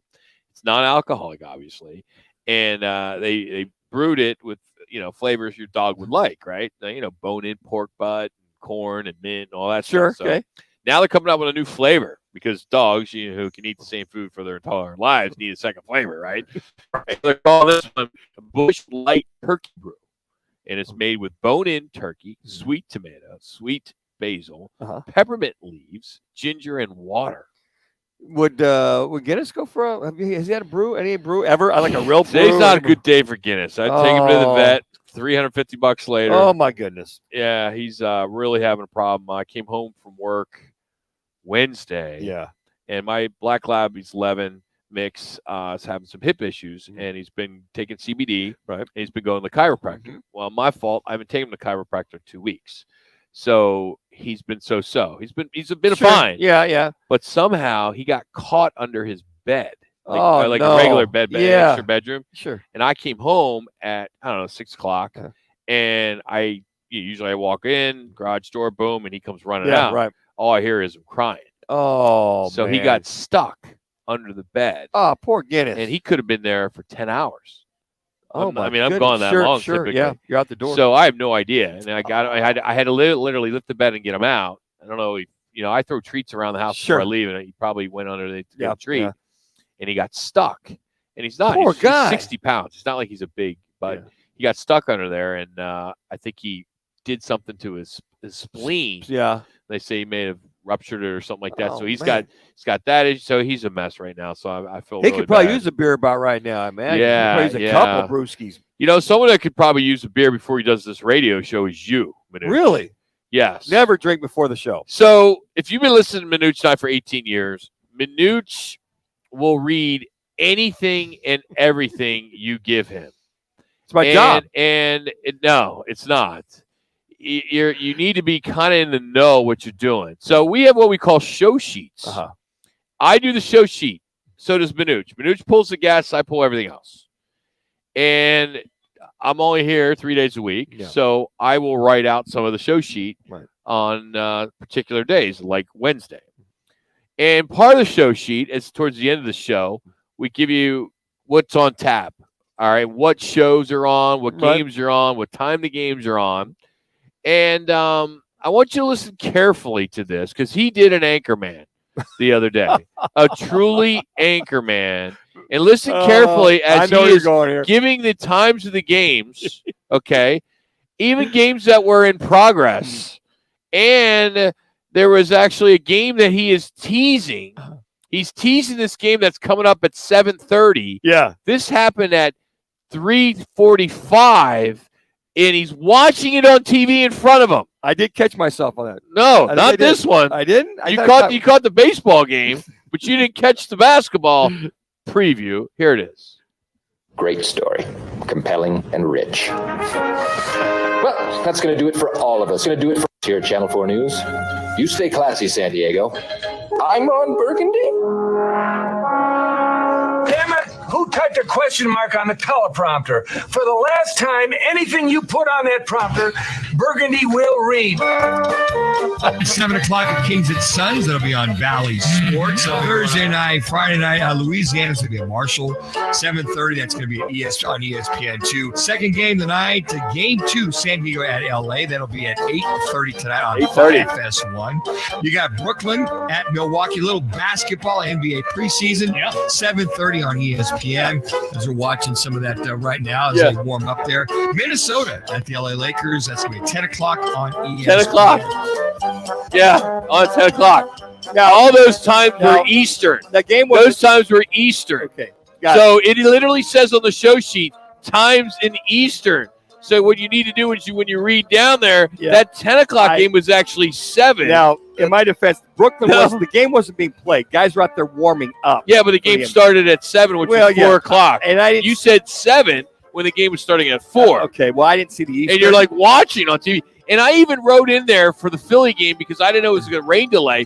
But at 6 in the morning, I wrote, it most likely in progress. You said in progress when the game was not even being played. Well, I might have misread it, or I didn't see Eastern or whatever. It happens once every 20 years. No, that is bad. It is really bad. I'll throw $5 in the jar. Should be like 20. I was so pissed off when I'm listening in the car. Yeah. And I'm listening to you say, oh, yeah, the Laker game starts at 10. Like, really? Well, I didn't know if it was starts at 10. But common sense. But here's the thing. Common sense. When I read that, didn't see the Eastern, so I thought, maybe it's a replay or something like that. Why would we promote a replay? Yeah, because you've been doing this for 18 years. Well, I know the one. Like your first day doing it. It was just maybe a little bit of a gaffe. That's all. A little gaffe. I couldn't call fast enough, and Richie wouldn't answer the phone because I'm like texting you guys. I'm like, and then you guys didn't even do the promo on the sponsor, and I'm like, we've been doing the promo. No, you didn't. I do it every You time. didn't. No, you I do didn't. the promo there. No, you didn't. Are you sure? Oh, really? Well, we give that sponsor a lot of love. So if I missed 72 it, Soul wants to hear after we give the time. Yeah. Okay. They paid to have the correct times to be set. I thought these times look off to me because I guess I just didn't see the Eastern time right. So here's what we're going to do. Here's what we're going to do. Yeah. And I'm going to take executive. This is executive decision. Yeah.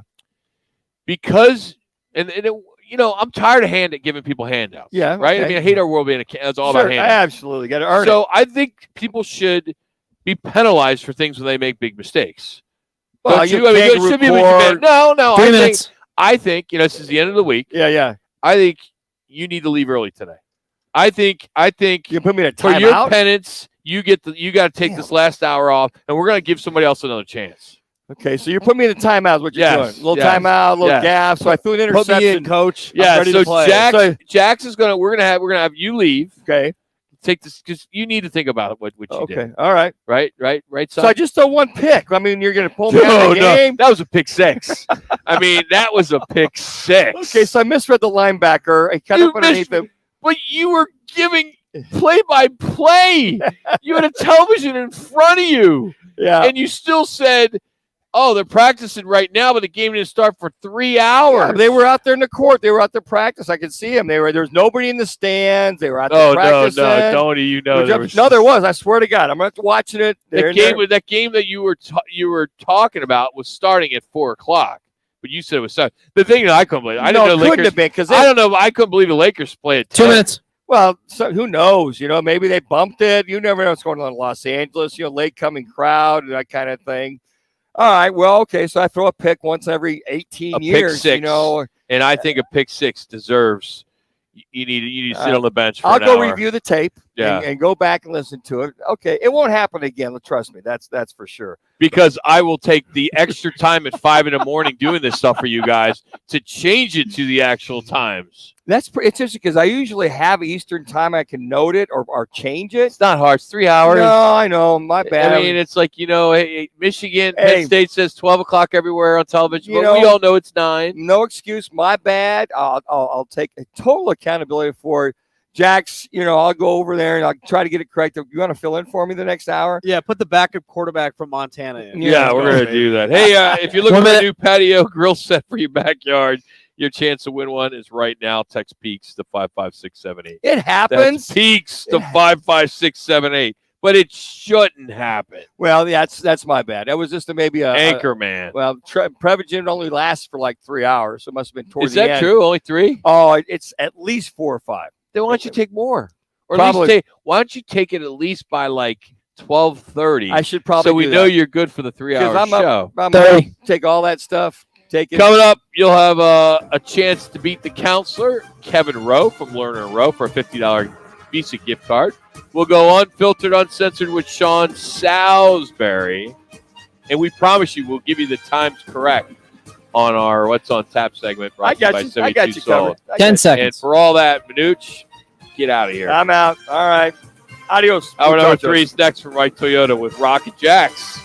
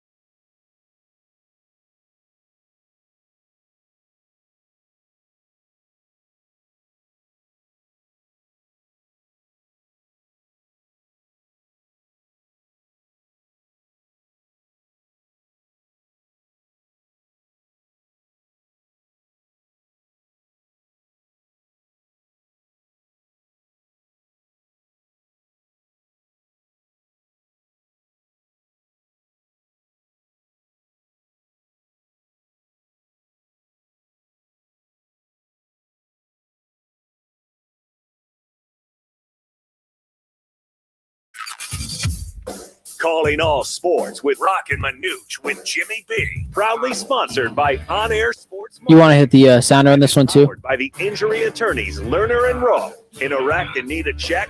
Make one call. That's all. 602-977-1900. Check. And always on. I can hear you. LernerandRowe.com. Now time for Calling All Sports with Roc and Manuch with Jimmy B.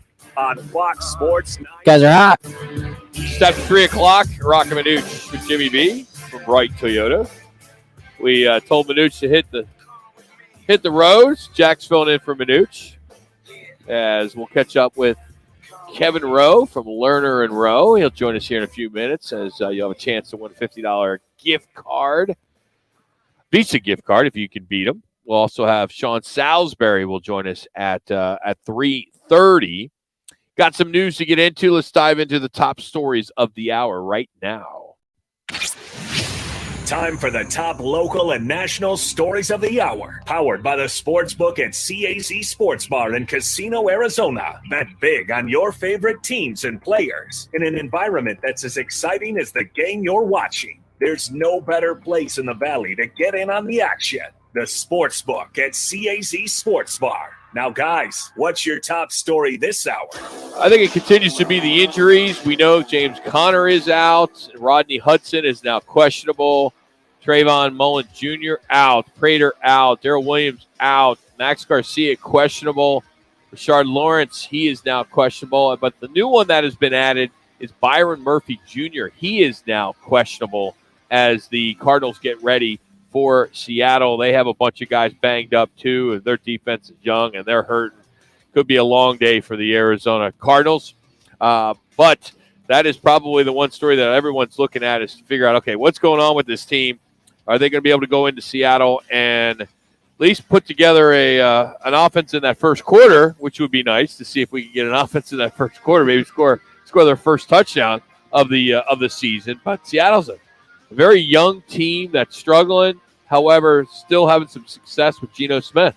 Yeah, it'll be interesting with DK Metcalf and Tyler Lockett. I mean, they're some of the most dynamic, dominant receivers offensively. And when you see Byron Murphy out or questionable, as we see here in the injury report, I have some worries, because you got Antonio Hamilton coming back from his burn injury thing that happened. And then Christian Matthew, I believe, is their next cornerback. I can't really think of what other corners they have on the depth chart there. They got Marco Wilson. That's about it. So it'll be interesting to see what they do against those dynamic wide receivers. Major League Baseball is full game today, 3 to be exact, as the Guardians took care of the Yankees. They've evened that series at 1. They won 4-2 and 10. Right now, the Phillies are all over the Braves, 6-0 in the bottom of the fourth. No outs in Philadelphia, as the folks in Philly are pretty happy. A big weekend for them, calling it a red October with the success of the Phillies. And then, of course, the big game on Sunday night with the Dallas Cowboys coming into town. That's as for a Philly fan like myself, it's a lot of fun. Harper, he had a 2-run homer today. Hoskins, he added a 3-run shot. Right now, 6-0 for the Philadelphia Phillies. A little bit later, it'll be Dodgers and Padres. Are you going to go out to Philly, Rock, and check the I game, won't go to what? Philly, but Okay. if they get by Atlanta, they will play the winner of, I'm hoping, if it works out, I can see him in L.A. or in San Diego. So that's kind of my plan. If I can make that work, I will. It's good to see the Phillies making their money's worth with Bryce Harper. It was funny the been a first long year. time. First year with Bryce Harper, when he said, well, I think it was Washington, we're going to bring World Series back to Washington. And that year, Washington won when Bryce Harper wasn't on their team. So it's good to see. I love it. He's a fun guy to watch, and I think everyone will love to see him on their team. It's unfortunate that the D-backs are where they're at. It's going to be a while for them. If you did not hear last night, the Coyotes got their season started, and they unfortunately fell to the Pittsburgh Penguins 6-2, as the Coyotes gave up 3 goals in the first 5 minutes and 10 seconds. 5 minutes and 10 seconds. Nick Ritchie, the only highlight there, he had two goals for the Coyotes. They will be at it tomorrow in Boston, 4 o'clock. You can be able to watch that game on Valley Sports Arizona. So many great games tomorrow when it comes to the college football season. you got to love the fact that you're opening up early morning, Michigan, Penn State.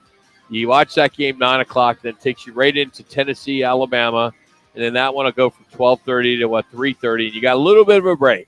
Still some games, still some overlap. Yeah. But 5:30, you then got USC at Utah. It's crazy that you got 24 Illinois playing Minnesota. That's not really the highest game, but that's also a good game as well. That'll be played in between the two stellar games. But yeah, I'm excited. I mean, you got Pac-12 after dark, USC and Utah. But I'm most excited to watch the Tennessee team. I think they're going to win, Rock. I know you got really? Bama, but I think Tennessee's going to win. Yeah, until Bama gets knocked off. I know there's a lot of hype with Tennessee. You know, they blew out. They were dominant over LSU last week, 40-13. Their quarterback, Heaton Hooker, really good quarterback. This is the highest ranking they've had since 2005, where they're number 6 now. I just, I don't know. You got game day there. Peyton Manning doing the picks. Saban has never lost to Tennessee. It's tough. It's tough to see that. But it really does come down to if Bryce Young is going to go for Alabama. I'm not putting my money on this game personally because of Nick Saban and Bama, and the spread actually is now 9 points that Bama is favored, which earlier today it was 8.5. Now it's at 9. It'll be interesting to see. Maybe they heard something about Bryce Young that everyone else doesn't know. He's going to go. I think he'll go too. It'll be a pitch count, but I think this is a game that either it's going to be close, Tennessee comes out on top, or I think this is a statement game that Bama needs to put on their playoff resume heading into November. Yeah, again, I just hope it's going to be a good game. I would love it to come down to the wire. I mean, everybody loves to see Alabama lose. I think a lot of people will be on that jump on that Tennessee bandwagon for the game to come down to the wire. It seems like Alabama always gets the best bounces, and they tend to win the games that they're so close. But, I'm looking forward to it. I think tomorrow is one of the best college football days that we've had in a long time. I mean, we talked about those games. Oklahoma State at TCU, another one that's going to be a high-scoring game. NC State at Syracuse, Arkansas at BYU, Clemson at Florida State, Mississippi State at Kentucky. You mentioned Minnesota at Illinois. I mean, this is one of the best weeks. It's unfortunate that you're not going to see Arizona State play. They're off until they have Stanford next week. And then Arizona is up in Washington. They get their off week next week. Will be the bye week for Arizona. And I believe NAU, they're at UC Davis. You played at UC Davis, didn't you? Yeah, it's hot. It's a hot stadium. It's kind of like I don't want to say like a toilet bowl. It's kind of like it's a far rounded stadium. Doesn't sit a whole lot, but I mean we played them. They were the number 3 seed. We came in there. We were the number 19 and beat them. So, what's the biggest crowd did you play in Montana? Biggest crowd, I would say. Montana State? Yeah, that was about 30,000. We played at Oregon, which was, I believe, it was 50,000 people there too. You played at Alston Stadium? Yeah, my Why'd you play there? We played at. Oh, Oregon. You played. Oh, I'm sorry. Oregon. Okay. All right. Yeah. I thought you guys moved Montana State. No, but home crowd wise, yeah, it was 30,000. But I tell people it's the loudest 30,000 people you'll ever experience. It's got to be a lot louder if you're on the field. I'll take you to a game sometime. Maybe we'll fly to Missoula.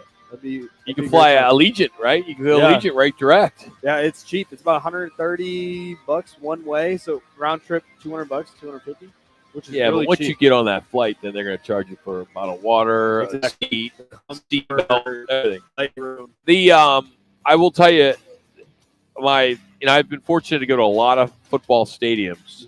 My loudest college, I've been to Alabama, been to LSU, been to Florida State, been to Ohio State, Michigan State, and go on and on. Colorado, I still think Oregon is the loudest stadium I've ever been to. I agree. Because of the way how it's kind of it's deep. It's like it goes low 3 into minutes. the ground. That's my favorite. That's my loudest college. Pro, not too far. It's the Seahawks. That's what I've been hearing about Seattle. So loud. I've never been there, but I want to. I mean, I haven't been to Kansas City, and I hear that is the loudest. But I've been to Philly, New York. I've never been to New England, no interest. But been a few Florida, been to Jacksonville, nothing there. Dallas is pretty weak. Houston weak. Arizona's not too bad. I mean, you get a pretty good crowd there. but I'd have to put Seattle as the loudest NFL stadium. Mile High I've been to, but again, I haven't been to Kansas City. I hear that is the loudest. It's crazy you mentioned Autzen Stadium because I heard so much going into that game about Autzen. It was a late night game on Pac-12 Network as well, but I mean the fans are on top of you, like literally, and it doesn't even on TV. It looks like a bigger stadium, but in person, I didn't think it was that big. No, it's not, but it's a pretty cool stadium. The views are great. When you guys went in there, it was obviously a September game, right? Yeah, it was the year they made the Rose Bowl with Justin Herbert. Okay, yeah. When they played Wisconsin. Yep. I was at the Rose Bowl actually. The as a player at that level, I mean, you guys really believed you could knock them off. Yeah, we did. We did.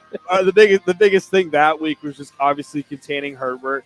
I think staying within a 1 to 2 possession game was the mindset the whole game. I think at halftime it was 4-3 had the ball in the second half, and from there we blew it. I believe we lost. It wasn't even that big of a. I believe it was like 28-3. So it was a kind of a low scoring game. But then that next year when we played Washington, we knew we could beat them. Well, we played Oregon that year before. Did you beat Washington? Oh, we beat Washington last year. Yeah, unranked. They were number 20th in the country. They were They paid us $675,000 to come in there and beat them. We didn't go to bed. Came back that night. 5 a.m. party at my house. Are you serious? Yep. 200 people. Wow. Throwing a big pass there, Jax. 5 a.m. Had to.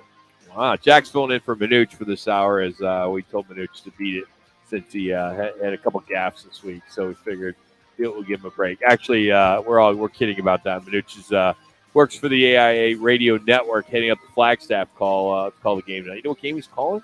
I don't. I believe it's a rivalry game in Flagstaff. Okay. So, yeah. Coming up, we'll catch up with Sean Salisbury. He will join us coming up in about 30 minutes. I do want to remind you that on Monday night, we are going to be at Casino Arizona once again. We've been doing it for 22 years. We call it Monday Night Tailgate. We give away cash just for watching football. It's the Broncos and the Chargers. Jackpot is already at $1,100. And we give you multiple ways to win cash. I promise you, if you come out, you're going to have a good time.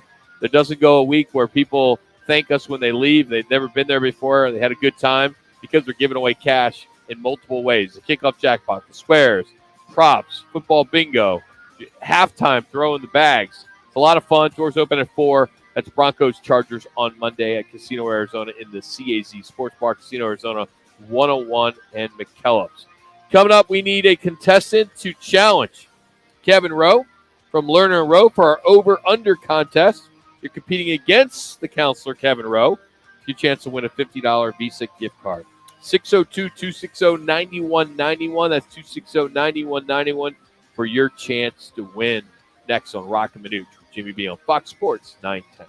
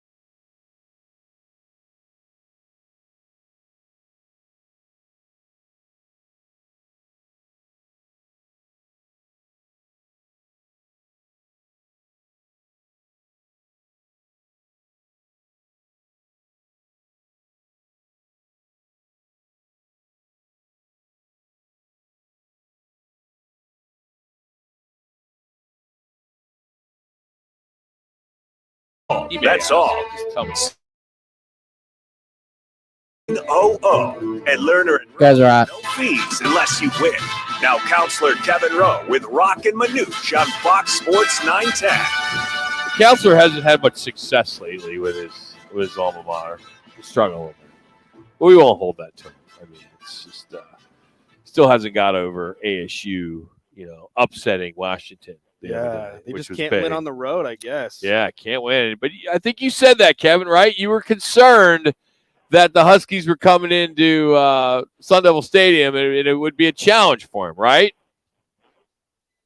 Well, I did say that. If you remember, when they went into UCLA, that was my biggest concern, is that they don't travel well. They definitely don't travel well to Arizona. And it was going to be a tough game. Well, look at these 2 games, road trips, 0 for 2, and now we get U of A at home. So we'll see how this plays out. So, but a real quick question. I noticed Manuch isn't on the show. Yeah, he's been disciplined. So yeah, I actually got a text right now that says, I was like, Manuch, where you at? He goes, I'm on probation. He is. He did an Anchorman on Wednesday. He literally read all the times of all the sporting events in Eastern time, and literally did not switch the time from. He literally called out that the Lakers are playing at 10 o'clock tonight. He said the Lakers are playing at 10 o'clock tonight. So he's been put on probation for, at least we let him leave early, today because of it. So Jax is filling in for him.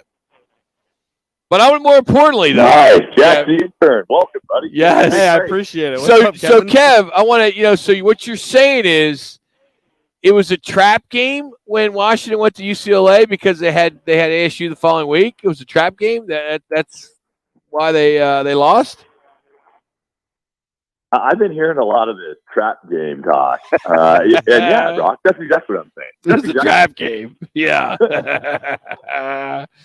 I'm telling you right now, though, and I know we're going to probably continue with this discussion, but look for the Dogs to get redemption this weekend. It may not be against the right Arizona team, but it is an Arizona team that's coming into the dog pound, and it ain't going to be good for them. All right. So if you being a Washington guy, then did you go into school there? Did you end up being a Seahawk fan a little bit? I'm sorry. What did you say? A what? Being a Washington guy, going to college there, playing collegiately, did you find yourself rooting for the Seahawks too? Absolutely not. Really? I didn't like the Seahawks, and I definitely wasn't a Supersonic fan either. Okay. They're coming back. I bet they're coming back. New arena up there. They're gonna be back. They say that every year. They will. Well, that's the rumor I'm hearing. But look at it. If you want to play in a city and you're playing a professional sport, there's no town like Seattle. They support their teams wholeheartedly. So they deserve to have another basketball team, NBA team up there. They're fantastic. There's another team up there. And I don't know if you know this, Rock. There's a semi-pro hockey team up there. Oh, really? Which is always fun to see because you want to see all the ice turn red.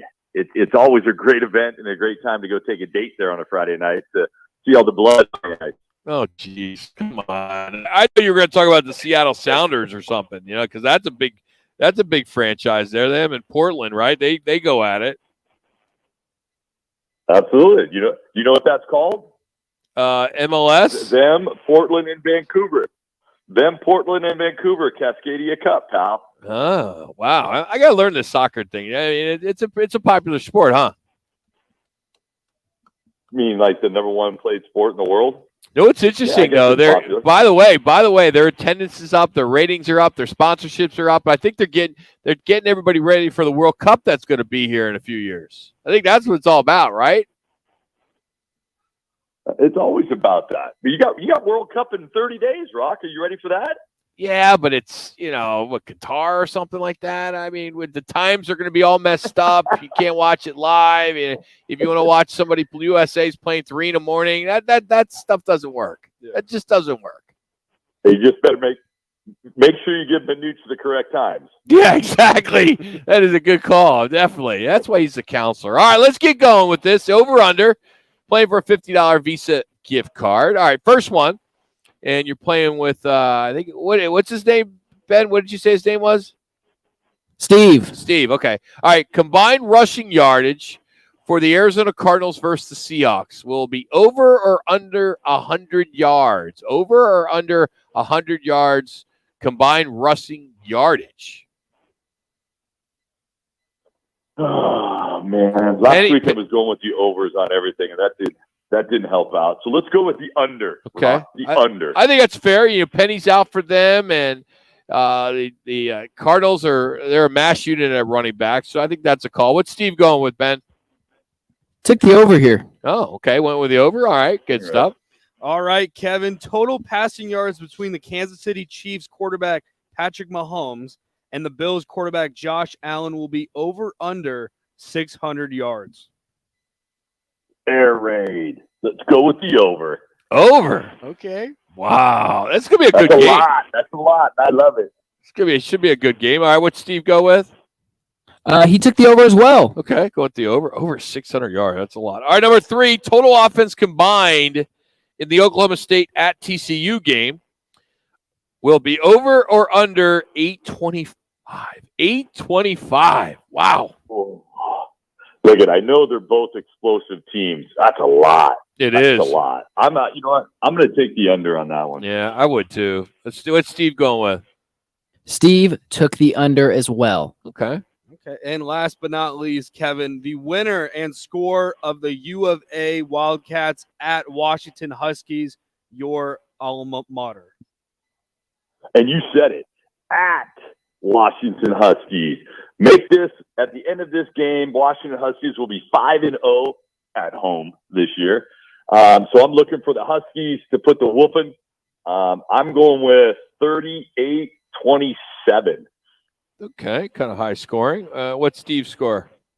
Steve took U of A here in the upset well, or I shouldn't say as well, but took him 38-27. Same score. Same score. Whoa, wow, crazy. But other way around. That's a first on Roc and Manuch and Jimmy B. That's a first. All right. Hey, by the way, 3 minutes. Jack's right here played at Montana last year. He went into Washington last year and beat you guys last year. Montana. You guys lost to Montana. I know, and I haven't stopped hearing that. It's been one of those things that everybody keeps talking about. Way to go, Jack. That's great. Bring the news back. I'm done with them. That's $675,000 is Yeah, really nice. Yeah, that all that money you've been sending to that school. I mean, some of it went to Montana. Yeah, exactly. Good thing I didn't have to pay for it, though, Rock. Yeah, exactly. All these free ride scholarships, must be nice. All right, Kev, tell us before we catch up with Sean Salisbury next, we need to know, give us an update on Lerner Road Gives Back, 10-year anniversary. What are the big plans? Let's get everybody going. Get everybody 2 minutes. Help us reach our goal of $1 million. Okay, well, how about we talk about things first, Rock? I'm currently in Las Vegas, Nevada, at Red Rock Country Club. Oh, that's right. The Lerner Road Gives Back second annual golf tournament. Had a fantastic turnout, sold out, 144 golfers. Wow. Wonderful event. So today was fantastic. Yes, and then we got. I think I was able to secure some more sponsorships for the 10th annual Lerner Road Gives Back at McCormick Ranch, Scottsdale, on April 28th, and that'll be fantastic, a lot of fun. But currently, right now, it's just fantastic. 1 minute. Come out here to Las Vegas, have that positive impact on others, raise money, and then have the positive impact on those in the community that need it most is awesome. And that's the same thing, obviously, what we've been doing in Arizona and for almost 10 years, coming up on our 10th year. So we're excited. We want to raise $1 million because, Rock, if we raise that $1 million, 100% of that $1 million goes to help those in need in Arizona. So I'm assuming, and maybe I shouldn't assume, that unlike what we do here in Arizona, where there's cold beverages at every other hole, you didn't do that in Vegas because you made your hit here today on our show. Actually, I didn't do that today, buddy. Good for you. It's a little bit different. if you remember here, Rock, first of all, it's 91 degrees outside, a hot 91. Okay. But we only have 2 holes that are quote unquote liquid station, hydration. Hydration, yeah, okay. Hydration.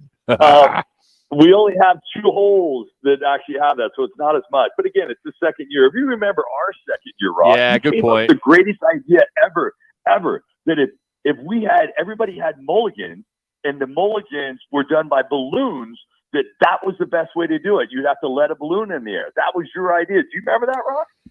You know, let me defend myself quickly. So my whole idea was 144 golfers, all the carts are going. Everybody had, 2 balloons on their cart, right? With the string. Yeah. So the whole point was when you use your mulligan, you let that balloon go. Unfortunately, it had to be a windy day that day. So when everybody was leaving to go to their holes, all those balloons went up in the air, and I've been getting crap for that for 8 years now. God, that was a good idea. I thought at first. Fantastic ideas. I made up for it. I made up for it for always having Mr. Softy there after we're done. That's where I made up for it. No, but hey, this year's gonna be great. Lerner Row givesback.com. Go to the site, sign up. We'll be sold out probably by the end of the year, I'm sure. And as this is going to be the biggest and best ever, it's going to be a lot of fun. And I know you and your team are getting busy for the holidays too with Lerner Row and everything you guys do in the community. So that's great. Not to mention Fiesta Bowl Parade. So you guys got a lot on your plate in the next 3 months. Yeah, don't forget, Rock, November. We got our turkey giveaways that we do, and then we go right into 25 days of giving on November 30th. So we got a lot coming up, and yeah, we're excited for the second year in a row that we're the presenting sponsor for the Fiesta Bowl Parade. So it should be a lot of fun. We always love this time of year. Yeah, absolutely. All right, buddy. Hey, tell everybody I said hi up there, and as always, buddy, thanks for making some time, especially in a day where you've been shaking hands, kissing babies all day. So we appreciate the time. Thanks, Kev. I appreciate it, you guys. Thanks so much. Take care. Have a great weekend. That's Kevin Rowe. You can follow him on Twitter at Lerner Rowe. You can also follow them on Twitter, Facebook, Instagram, TikTok. They do it all. And then LernerRoweGivesBack.com. Sean Salisbury's next. It's Roc and Manuch with Jimmy B, Fox Sports 910.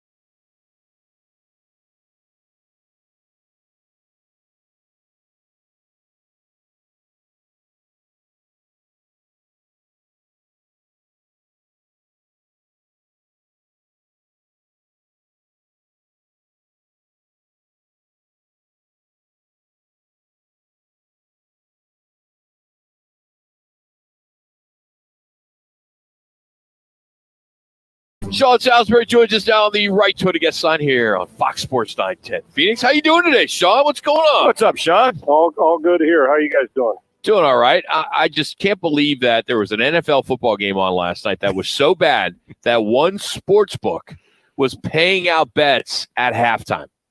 They closed shop because it was such a bad game. How does that happen? How can that happen in the National Football League, Sean? I got to come clean. I can't remember last time I said this. I watched some highlights today. I did not watch a snap of the game last night.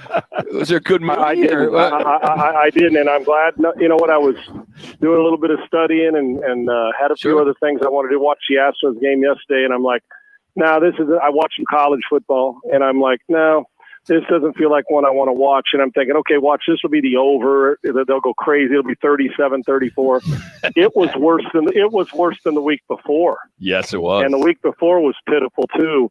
Nothing but field goals. It's a bad watch.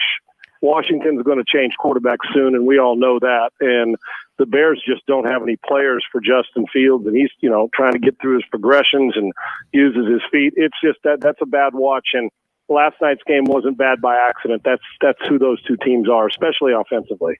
It seems though there's a lot of talking heads that are saying, hey, Thursday Night Football, why do we have it? Let's not have it. But we all know it's all about money and it's not going anywhere. I'm just wondering if there is a solution for if it's I don't know, another Sunday night game or something that they can throw to Amazon and say, hey, or another Monday night game, something else, because this isn't working and guys are getting hurt, and it's just a bad football. And Sean, let me throw this at you. I don't know if this makes sense. Maybe you have your bye week leading into the Thursday game that week. So have your bye, instead of coming back Sunday, just go into that Thursday. You have an extra 4 or 5 days. Yeah, now I don't know. I'm not wise enough to know with the math thing, how the scheduling with 32 teams equal. Would every one of them be able to go into their bye week? Right. With I guess you could. I don't know how it works. You know what I'm saying, guys? Yeah. You got this game. If you could, that's a great solution. So give them time off and leading in. That's number one. Two is, and Rock, you mentioned, we'll give them another Sunday. And you know why they're not going to do that on Monday? They don't want to share the stage with all the money they're spending. They want to be on. And then here's the other problem to that. They're spending all this money, and first of all, you got to subscribe to it. And if you subscribe to it, they get the subscription part. But you're paying all this money in rights, to broadcast your game. And like Vegas is tuning out at halftime. So if you're Amazon, are you getting the ROI, return on your investment for bad football? And then you say, well, we're just going to schedule great teams. Well, great teams are going to say, you ain't scheduled me 5 times on a Thursday. That's Thanksgiving once or maybe one other. So it is. The solution is we got greedy with money, and they kept inviting it all in. It wasn't just going to be exclusive one. I mean, they'd put 3 games on Thursday Night Football if, in fact, 3 huge. But you guys know it. They'd put a game on Wednesday if somebody offered them $5 billion, and we all know that they would. So I don't know the solution other than I can't believe we got football players or football teams that are this bad. This is, in my opinion, 6 weeks into a season, the most sloppily played football I've seen in a long time with multiple teams I'm talking about. Go through. It's like, what? Oh, what? We have 4 more bad football than good football being played, and that's across the league. Sean, I could tell your master's degree that you now have in sports administration is really starting to pay off. I mean, you wrote that down like you're teaching a class, like you're the professor in a sports administration class. Very nice. I know you couldn't get into Ohio U, but that's all right. Yeah, okay. I studied hard enough and long enough and wrote enough papers and I don't want to say passed enough tests, made enough A's on tests to be able to say that and act like I know exactly what I'm talking about and that it was one of my speeches. And you know what's funny? I have taught a class and have talked to a couple of universities that have approached me about being a adjunct professor at their university on part-time. So, and a professor I had for class at A&M has approached me about doing that. I had him for a class, and I think I only made like 99.97 out of 100 throughout the semester. But I mean, who's keeping score? You know what I'm saying? Yeah, you're slacking, Sean. My goodness. But who the hell's keeping? So I made a 91 on a test instead of a 99.8. Well, I mean, who's counting, right? Okay, I mean, I'm not scorekeeping. Well, I don't know. I love to teach, but yes, Rock, great point. It was as if I had that speech in a teleprompter. Yeah. You just asked me that question. All right, Professor, riddle me this. So we watch, I think sometimes our officials in the NFL goes overboard in protecting quarterbacks. Sean, I think you know where I'm going here. The sack on Brady and the sack on Derek Carr. I am sorry. If we're going to go down this road, you can put flags on them. Make sure the flags are pink so you can't miss them, or put a freaking dress on these QBs. Because the other side of it is what happens if a guy comes in cautiously knowing he can't body slam, whatever, and then the quarterback at 6'5", 260, Josh Allen, breaks out of your cautious tackle and goes down for the first score. So I'm sorry. This is ridiculous. Let's just get back to playing football, please. Yeah, we're Pat. We overcorrected, and then when the Tua thing happened, which was unfortunate, again, nobody wants anybody hurt. Sure, I don't know many people. No. I mean, we shouldn't even have to qualify. Hey, don't want anybody hurt. We feel like we have to in this society we live in. I'll just say this to you. It's plain as day. The integrity of playing tackle football at the quarterback position. Now, it's not the quarterback's fault. The league's done this. I mean, they're the ones that competition can be. Not like most quarterbacks. Well, to a man, I'll take it back. Most. The guys that are playing now and guys that played previously not playing.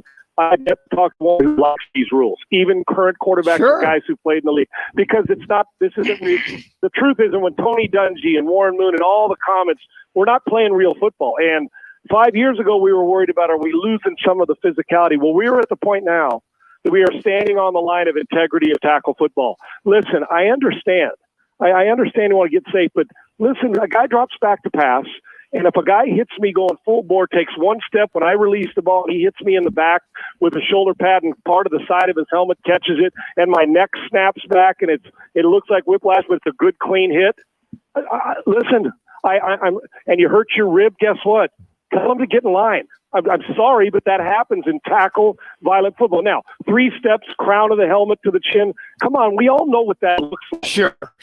We all know we're playing this position. And we've joked about it forever, about red jerseys on the quarterbacks. But, guys, what's the next step? Yeah. The next step is put a buzzer like we do in 7-on-7. Mm-hmm. And at 3.5 or 3 seconds, the buzzer clicks. We review it and say the ball didn't come out of his hand. The ball stopped and sacked right where he held the ball. I mean, we are literally, for the quarterback position, it's bad enough at some other positions. At the quarterback position, we are to the point now, you got 2 things to do. You can either go back and say, we got to back this up a little bit and play real tackle football and stop this nonsense, because it is football. They get paid. It's a quarterback's league, but you can't play tag, the 2-hand touch football. Mm-mm. Or the other way, or we literally say quarterbacks are off limits, put a time clock on them, and they only get a certain amount of time to throw the ball behind the line of scrimmage. I mean, we're there. It's not a matter of, well, we're not. That's hyperbolic. No, it isn't. Look at what we're doing with this. And at some point in time, you're going to run into a dude who knows he's going to get flagged because it's a good, clean hit. And guess what he's going to do? He's going to get his money's worth. Sure. Because I got a fine and kicked out of a game. What a bummer. That guy's rib cage is through his belly, and so he's missing 12 weeks. So, well. And we don't want that in the league, because then people do get hurt. We got to go back to when a guy hits you clean, no matter how hard it is. That doesn't mean slam him to the ground on the back of his head. But a good, clean, physical football hit, we got to let it play. That's the way the position's played, and that's the way it still should be played. Save me the crying about the lawsuits and everything else. We have softened the game for the quarterback, and it's overboard now because of injuries. He's Sean Salisbury, Roc and Manuch, Fox Sports 910. Sean, your alma mater's got a good one tomorrow at Utah. I'm sure you're going to be watching this one. You Utah's defense kind of looks slow at times, and it was a big win for them. You think USC will try to do the same? Yeah, listen, and guys, the Pac-12 is actually, when we started our conversation at the beginning of this year, the Pac-12 we felt was kind of weak, right? We not real deep. And now you look at Oregon State. Hell, Washington State can score. SC played really good defense. I thought they'd give up more points than the 14. So they're starting to come together. How Lincoln Riley has got these guys on the same page with this many new bodies. guys, what is there, like 70% or there's like 40 new guys on SC's team. It's crazy. But that's where there's a lot of places with transfer portal and the rest of it. Yeah, with Caleb Williams and their speed, I don't want to play to Utah's strengths, Rock. I want to spread them out and make them play in space, even though they've got some speed. But UCLA and USC are clearly they're a cut above speed-wise. This game does concern me as well because Utah and Kyle Whittingham don't take the ass kickings very well back-to-back weeks. So he will have them ready to play in Salt Lake City. And I don't want the Trojans to start thinking, our rivalry game's in a month or whatever against UCLA. And they're really good, too, because Chip's got them playing with great speed. Their quarterback's a freak show. So this game is concerning to me. I think SC wins. And I'm actually surprised Utah's a favorite at home, even though the way SC, by a field goal and a half and the hook. Yep. So I like SC, but in that 31-27 type guy, I think it's going to be closer than people think, but SC's speed and the quarterback will be the difference. And Sean, real quick, got about a minute here. My whole thought process with these guys here is I want to see the physicality from start to finish from USC, like back in the day when you guys were there. Hey, Rocky, you there? Here's the last litmus test, okay? Can you be physical with the Utah from start to finish to prove that you are back on the map legitimately? Yeah, dude, there's no question. Control of the line of scrimmage on both sides, Manuch. Like, for instance, let's say we're up 14 points, meaning SC in the fourth quarter, or 10 points, and there's 9 minutes to go. Can you do what USC used to do? Bingo. Line up, run the ball 8 straight times, get 3 first downs, and keep running it and kill 8 minutes and kick a field goal or a touchdown, and then the game's over. And on defense, if you're up 7 or up 10, can you get a stop, get 3 and out, and knock them in the mouth when it's me versus you at the line of scrimmage? That's our team speed is fast. We can score on anybody. The question is, when you get into a phone booth, who is USC? That's what we got to find out in the game, guys, and I can't wait to see. Is this Tennessee, fast-paced Tennessee team against Alabama? I'm telling you, dangerous. Hendon Hooker's a good player. I don't think this is the Tennessee team we've seen in the past, guys. I think they're different. Keep an eye on that game in Knoxville tomorrow. That's why he's a professor, Rock. That's right. See that? Professor Salisbury. And you know what? As I said before, wait till I get my doctorate. You two clowns are going to have to call me Dr. Salisbury every time I come on here. That's going to be tough. Oh, my God. And the only reason I'm going to do it is just so you guys and my friends, you guys like my buddy Dan Patrick, welcome in Dr. Sean. Yeah. I can't wait for that. Okay, we got to change the promo. You rejoin. Oh man, you get more high maintenance. It's worth it. Dude, I'm going to go so diva on your guys' ass. You're not even going to believe it when I get that doctorate. Oh, buddy, I love it. Hey, have a great weekend, man. Thank you. Thank you, Sean. Love you, buddy. All right, Dr. Salisbury. Wow. Imagine that. Dr. Salisbury. Yeah, he's driven by All City Towing. Yeah. All City Towing continues to grow. They're hiring. We talk about it every day. Check it out for yourself. Go to allcitytowing.com. Immediate full-time positions available right now. Great benefits. Got a 401k program. They have a generous company match. Fastest way to do it, check it all out, is go to the website, allcitytowing.com, and just search careers. Coming up, week 7 in the college football season. It continues with 2 games tonight, the Friday Night Lights college version. We'll dive into that next as we finish up here at Wright Toyota. It's Fox Sports 910. This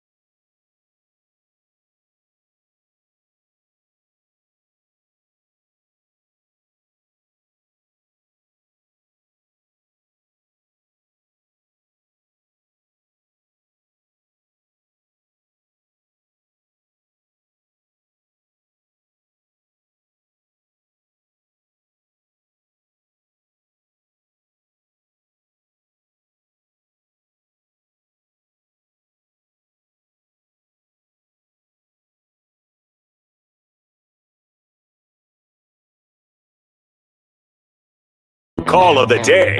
If you're looking for a full-service law firm, just make one call. That's all. 602-977-1900. Lerner & Rowe, voted Arizona's best law firm. Bregman against Munoz. And he shoots one into right field, a base hit. Haniger got a good arm. He winds it up. Pena's on his way. And he is in there. You guys are hot. 5 seconds. Bregman comes through again. 4-2 Astros. That's how it ended yesterday, Houston and Seattle. Been some great baseball today. You had the Yankees and Guardians going into 10 innings with the Guardians winning 4-2. Right now, you got Philadelphia up on Atlanta 6-1 in the middle of the sixth. Currently, that series is tied 1-1. First game there in Philly in 11 years. So they haven't sniffed the playoffs in a long time. Let's get to what is on tap tonight. What's on tap? Powered by 72 Soul. A look at the top sports action tonight on TV. Get our price, a higher price at 72soul.com. All right, week 7, college football season continues. Had a great one last night with Baylor and West Virginia. This week's edition of the Friday Night Lights, the college version, features the American Athletic Conference and the Conference USA. So if you're wondering what college football games are on tonight, well, these are the two. Navy at SMU. That will get going here at 4:30. Navy has won 2 of its past 3 games. Still could be a factor in the AAC race. SMU has gone in the opposite direction with 3 straight losses. So this game will get these teams back to 500. UTSA at FIU. That gets underway at 5 o'clock on the CBS Sports Network. Defending Conference USA champion UTSA, that's University of Texas San Antonio. They are looking for the opportunity to get 3 straight wins. The Roadrunners will hoping to go 4. I should say they have 3, hoping to go 4-3-0 in the conference as they take on FIU in Miami. As the Panthers played just one USA game so far, and they lost to Western Kentucky U 73-0. Brown at Princeton. That is coming up here at 4 o'clock as well on ESPNU. Of course, it all starts tomorrow. Penn State and Michigan at 9 o'clock on Fox. And in the morning, got Auburn, Ole Miss, Kansas, Oklahoma, Iowa State, Texas, Minnesota, Illinois, all the early games. Then it gets going in the afternoon games, the 12:30 games. Some of the good ones, of course, the big one, that will be Tennessee and Alabama. That's the big one. Also at the same time is Oklahoma State and TCU, NC State and Syracuse. And then later into the night, the Ohio University at Western Michigan. You're looking forward to that one, Jax, right? That's going to get going on too. James Madison at Georgia Southern. James Madison is still undefeated. Arizona at Washington. That game gets going on at 2:30 on the Pac-12 network. I think the game that a lot of people do want to watch is USC at Utah. That game will begin at 5 o'clock. So many great games as always. So what's on tap, powered every day on Roc and Manuch with Jimmy B by America's leading home selling program. That's 72 Sold. How can you not know by now? That 72 Sold is the easiest way to sell your home for a top dollar. So for the easiest, fastest, most profitable way to sell your home, head to 72sold.com. Get a higher price for your home. Go to 72sold.com. Tomorrow starts at 9 a.m. with Backspin, the golf show. You get 2 hours of some great golf talk. Then you head right into Take the Points with Mike Gross and Bauer and Jax. And tomorrow, your chance to win a gift card from Best Deal in Town by picking against Jeff Hutzow. And one of the best handicappers will be on the show, as he is every week, Marco D'Angelo from wagertalk.com. That begins tomorrow at 11 to 1 live from the CAZ Sports Bar in Casino, Arizona. You pretty excited? Oh, I'm very excited. Every time you get Gross, myself, Bauer. Yeah, you guys haven't had the full team. It's been a while. It's been about a couple of weeks, maybe a month, but I'm excited to get her going tomorrow. We got a lot to talk about: college football, NFL. It's gonna be a great weekend. So many great games. I'm gonna be a couch potato all Saturday after the show. I will not be moving. Not to mention with baseball going on, hockey's now here, and Next week, you got some NBA. I'm sure you'll do some preview on over-unders for the season. So that's tomorrow. Take the Points. Great show at Casino Arizona in the CAZ Sports Bar. Thanks for Manuch. Got out of here early. I know he's listening on his way up to Flag as he's getting ready for the AIA Radio Network. For Ben, good job this week. Jack, same thing. Rock, have a great weekend. We'll see you back here Monday at Casino Arizona at 1 o'clock. Good night. Rock.